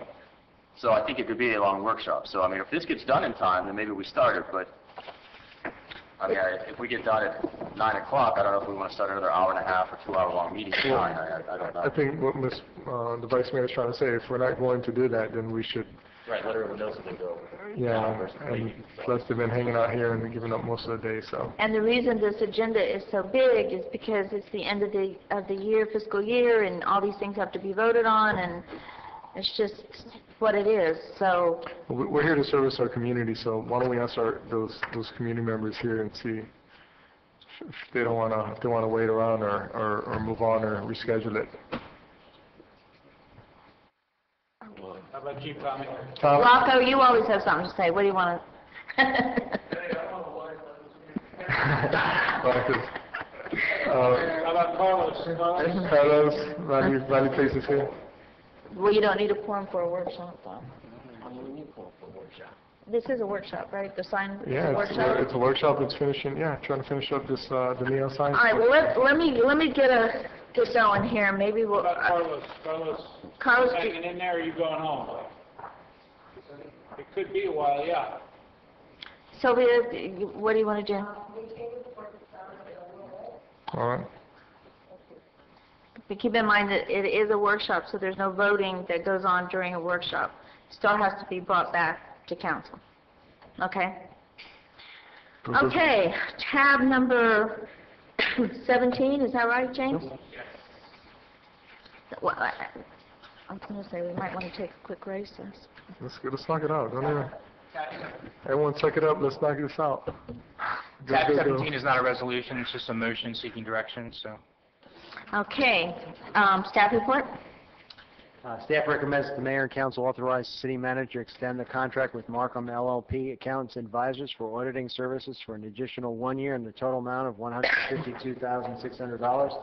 This contract covers auditing services for financial audit, federal single audit, state single audit, and special compliance audit for the fiscal year ending September 30, 2011.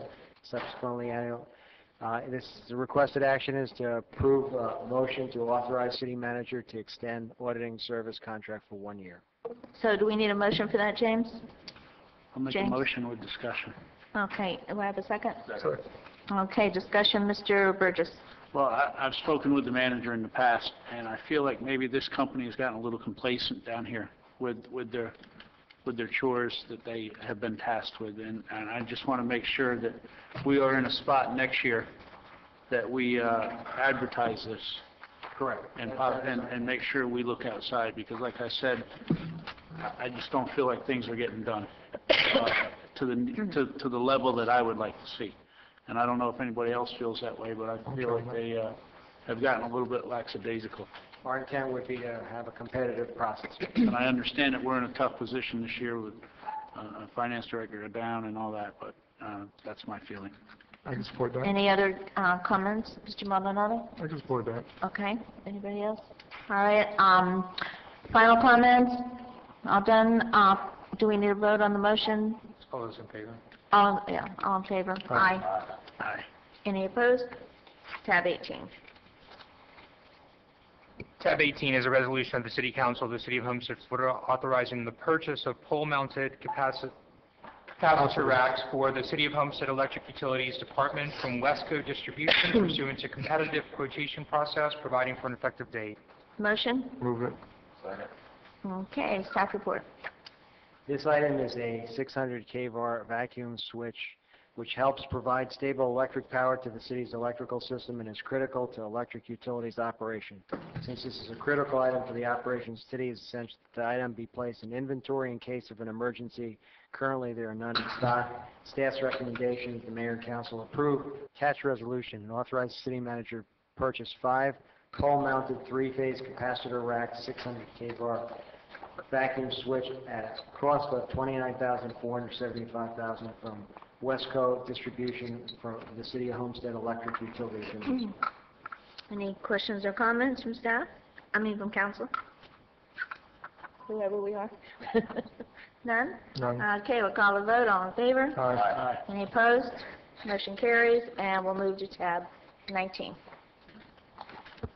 Yes, tab 19 is a resolution of the City Council of the City of Homestead, Florida, approving an agreement between the City of Homestead and the Florida Department of Corrections for the use of supervised inmate labor, waiving competitive bidding pursuant to City Code Section 2-411.1A7, exemptions from competitive bidding, providing for implementation, providing for renewal, and providing for an effective date. Motion? Move it. Okay, staff report.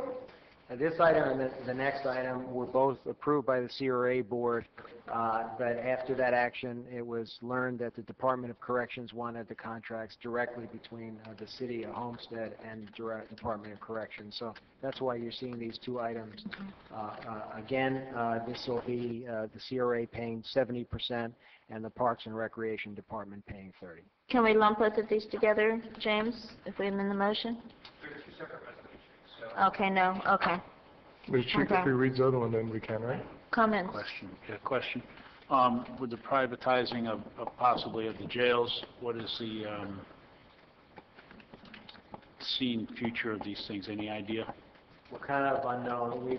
They've been making representations, correct me if I'm wrong, that, we're going to have something. What form it'll take depends on what happens. I think that's still in play. Dennis, any new information? The latest that I heard that the governor has stopped the bid process on looking at subcontracting that right now. So far, they're just going day by day, Mr. Burgess. Last we heard, when their intent was to contract out, that we'd have some form of service. What the cost would be and how extensive it would be is really still up in the air. Thank you. Any other comments? Just follow up on Councilman Burgess' question. Do we have a contingency plan? Because we have, 5 inmate crews that perform various tasks within the city. If all of a sudden it's privatized and they want $1 million and they stop the next day, what's our contingency plan to make sure that we can continue providing? Have we started working on that? If we sign these contracts, we're at least good for the year, correct?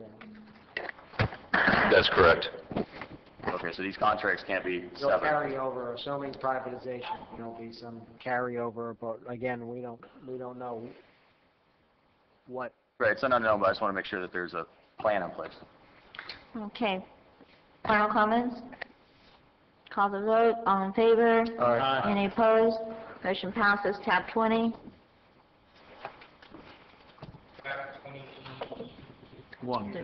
This is 20, resolution. What's the second one?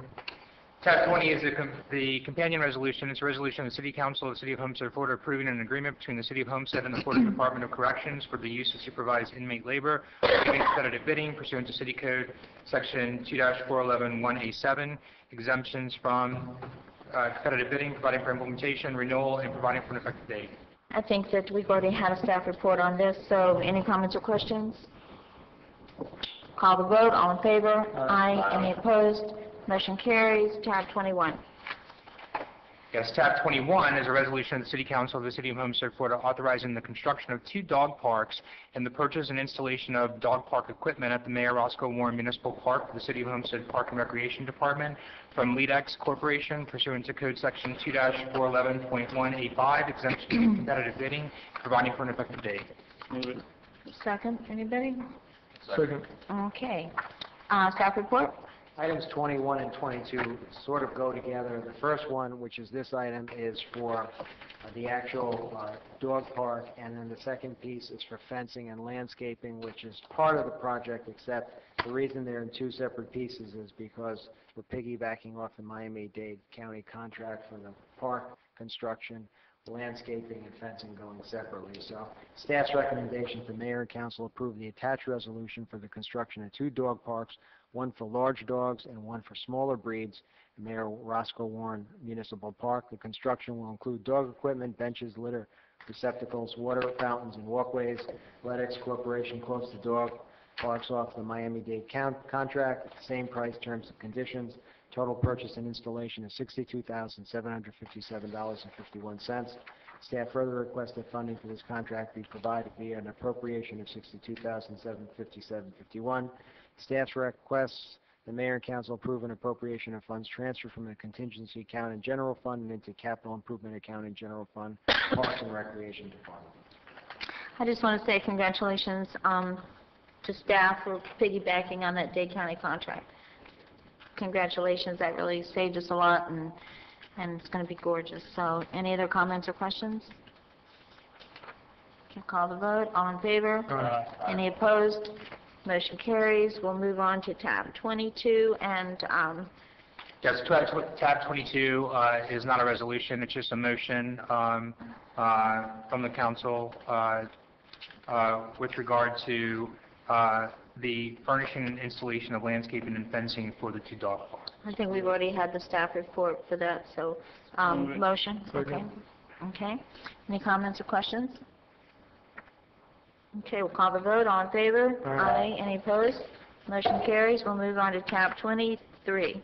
Tab 23, again, is no resolution associated. It's just a motion to approve the grant program.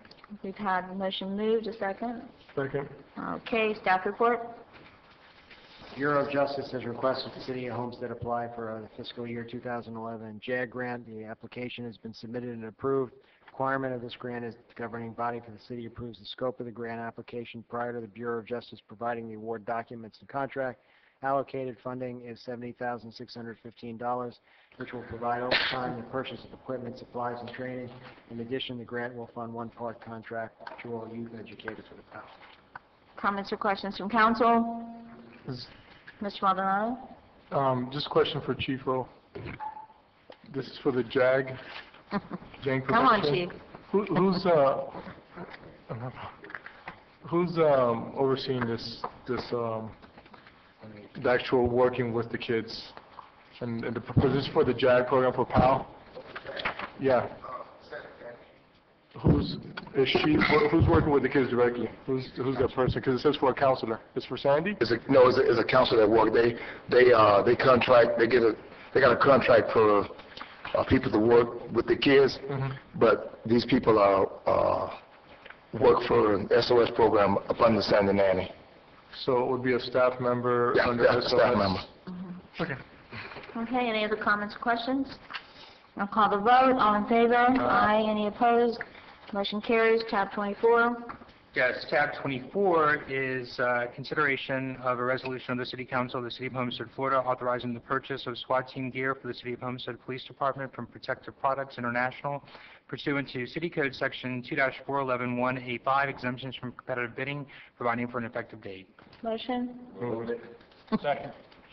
Okay, thank you. Staff report. Staff recommends the mayor and council approve the attached resolution authorizing the purchase of ballistic vests and helmets, police department SWAT protected products in the amount of $28,405. This contract purchase is in accordance with State of Florida Contract 680-850-11-1. Any comments or questions from council? Chief, you guys don't need this. They're like superheroes, right? Well, some of our guys' heads have gotten big, so we need some more helmets. Thank you, Chief. That's all for me. Any other comments or questions? All right, hearing none, call the vote. All in favor? Aye. Any opposed? Motion carries. Tab 25. How are we doing, guys? We're going fast. We're going. Tab 25 is consideration of a resolution of the City Council of the City of Homestead, Miami-Dade County, Florida, approving and adopting a memorandum of agreement between the Florida Department of Corrections and the City of Homestead Police Department and providing for an effective date. Motion. Second. Okay, staff report. It's a renewal of a prior 4-year agreement of the same conditions which expired on 6/30/11 and will take effect upon execution August 27, 2016. This agreement provides that in the event of a major crisis, escape, or other emergency, the police department will provide emergency assistance upon request of the Department of Correction, Homestead Correctional Institute, which is located just south of Homestead in Florida City. Council recently approved a similar agreement with the Dade Correctional Institute, which is located near the Homestead Correctional Institute.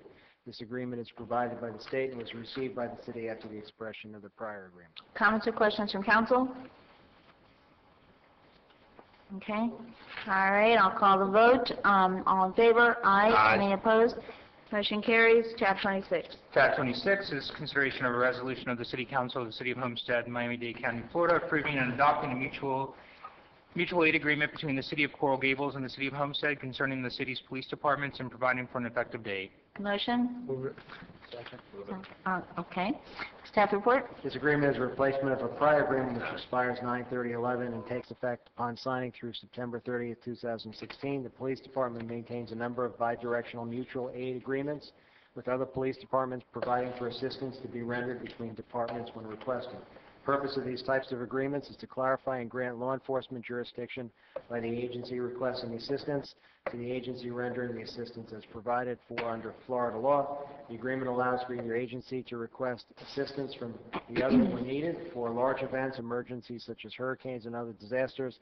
Staff's recommendation, the mayor and council approve the attached resolution and authorize the city manager and police chief to sign the attached mutual aid agreement on behalf of the city with the city of Coral Gables. There's no direct annual cost associated with this agreement. Comments or questions from council? I'll call the vote. All in favor? Any opposed? Motion carries. We'll move on to tab 27. Tab 27 is consideration of a resolution of the City Council of the City of Homestead, Florida, approving and adopting a mutual aid agreement between Monroe County Sheriff's Department and the City of Homestead concerning the city's police departments and providing for an effective date. Aye. Motion. Second? We have a second? Okay. Staff report? Same rationale as the prior one, other than it's from Monroe County Sheriff's Department. Very good, Joy. Okay. Any comments or questions? Good job. Good job. Okay. Call the vote. All in favor? Aye. Any opposed? Motion carries. We'll move on to, was it tab 28? Tab 28 is consideration of a resolution of the City Council of the City of Homestead, Florida, accepting the grant award and authorizing the execution of the agreement between the City of Homestead and We Care of South Dade, Inc., and providing for an effective date. Okay. Motion? Move it. Second. Okay. Staff report? We Care of South Dade, through a partnership agreement, has provided the City of Homestead with funding for an after-school program at the Police Athletic League facility. South Dade Weed and Seed is the programmatic partner. Will implement the after-school program in partnership with the City of Homestead, which is the fiscal entity for the PAL program. The after-school program offers tutoring, counseling, and athletic programs through the PAL program. PAL program has provided alternative activities for at-risk youth. For over 20 years, this particular partnership agreement has funded those activities for the last 5 years. Program period is for August 1st, 2011 through July 31st, 2012. Once the grant award is accepted by the council, account number will be assigned to accept the funds and pay for the services. Staff recommends the mayor and council approve the attached resolution accepting We Care South Dade grant award in the amount of $98,647. Provide the city manager to enter into an agreement with South Dade Weed and Seed to provide tutoring, counseling, athletic programs with We Care. Okay. Great program. Any other comments or questions from council? I'll call the vote. All in favor? Aye. Any against? Motion carries, and the city attorney would like to say something. Yes, Vice Mayor, thank you. Before we adjourn, I just need to request an executive session in the case Faddis v. City of Homestead, and we'll be scheduling that with you forthcoming. Alrighty. Motion to adjourn? Motion. Second. All in favor? Aye. Motion adjourned. Marathon meeting. And we'll go right into the sign meeting? As soon as they're ready.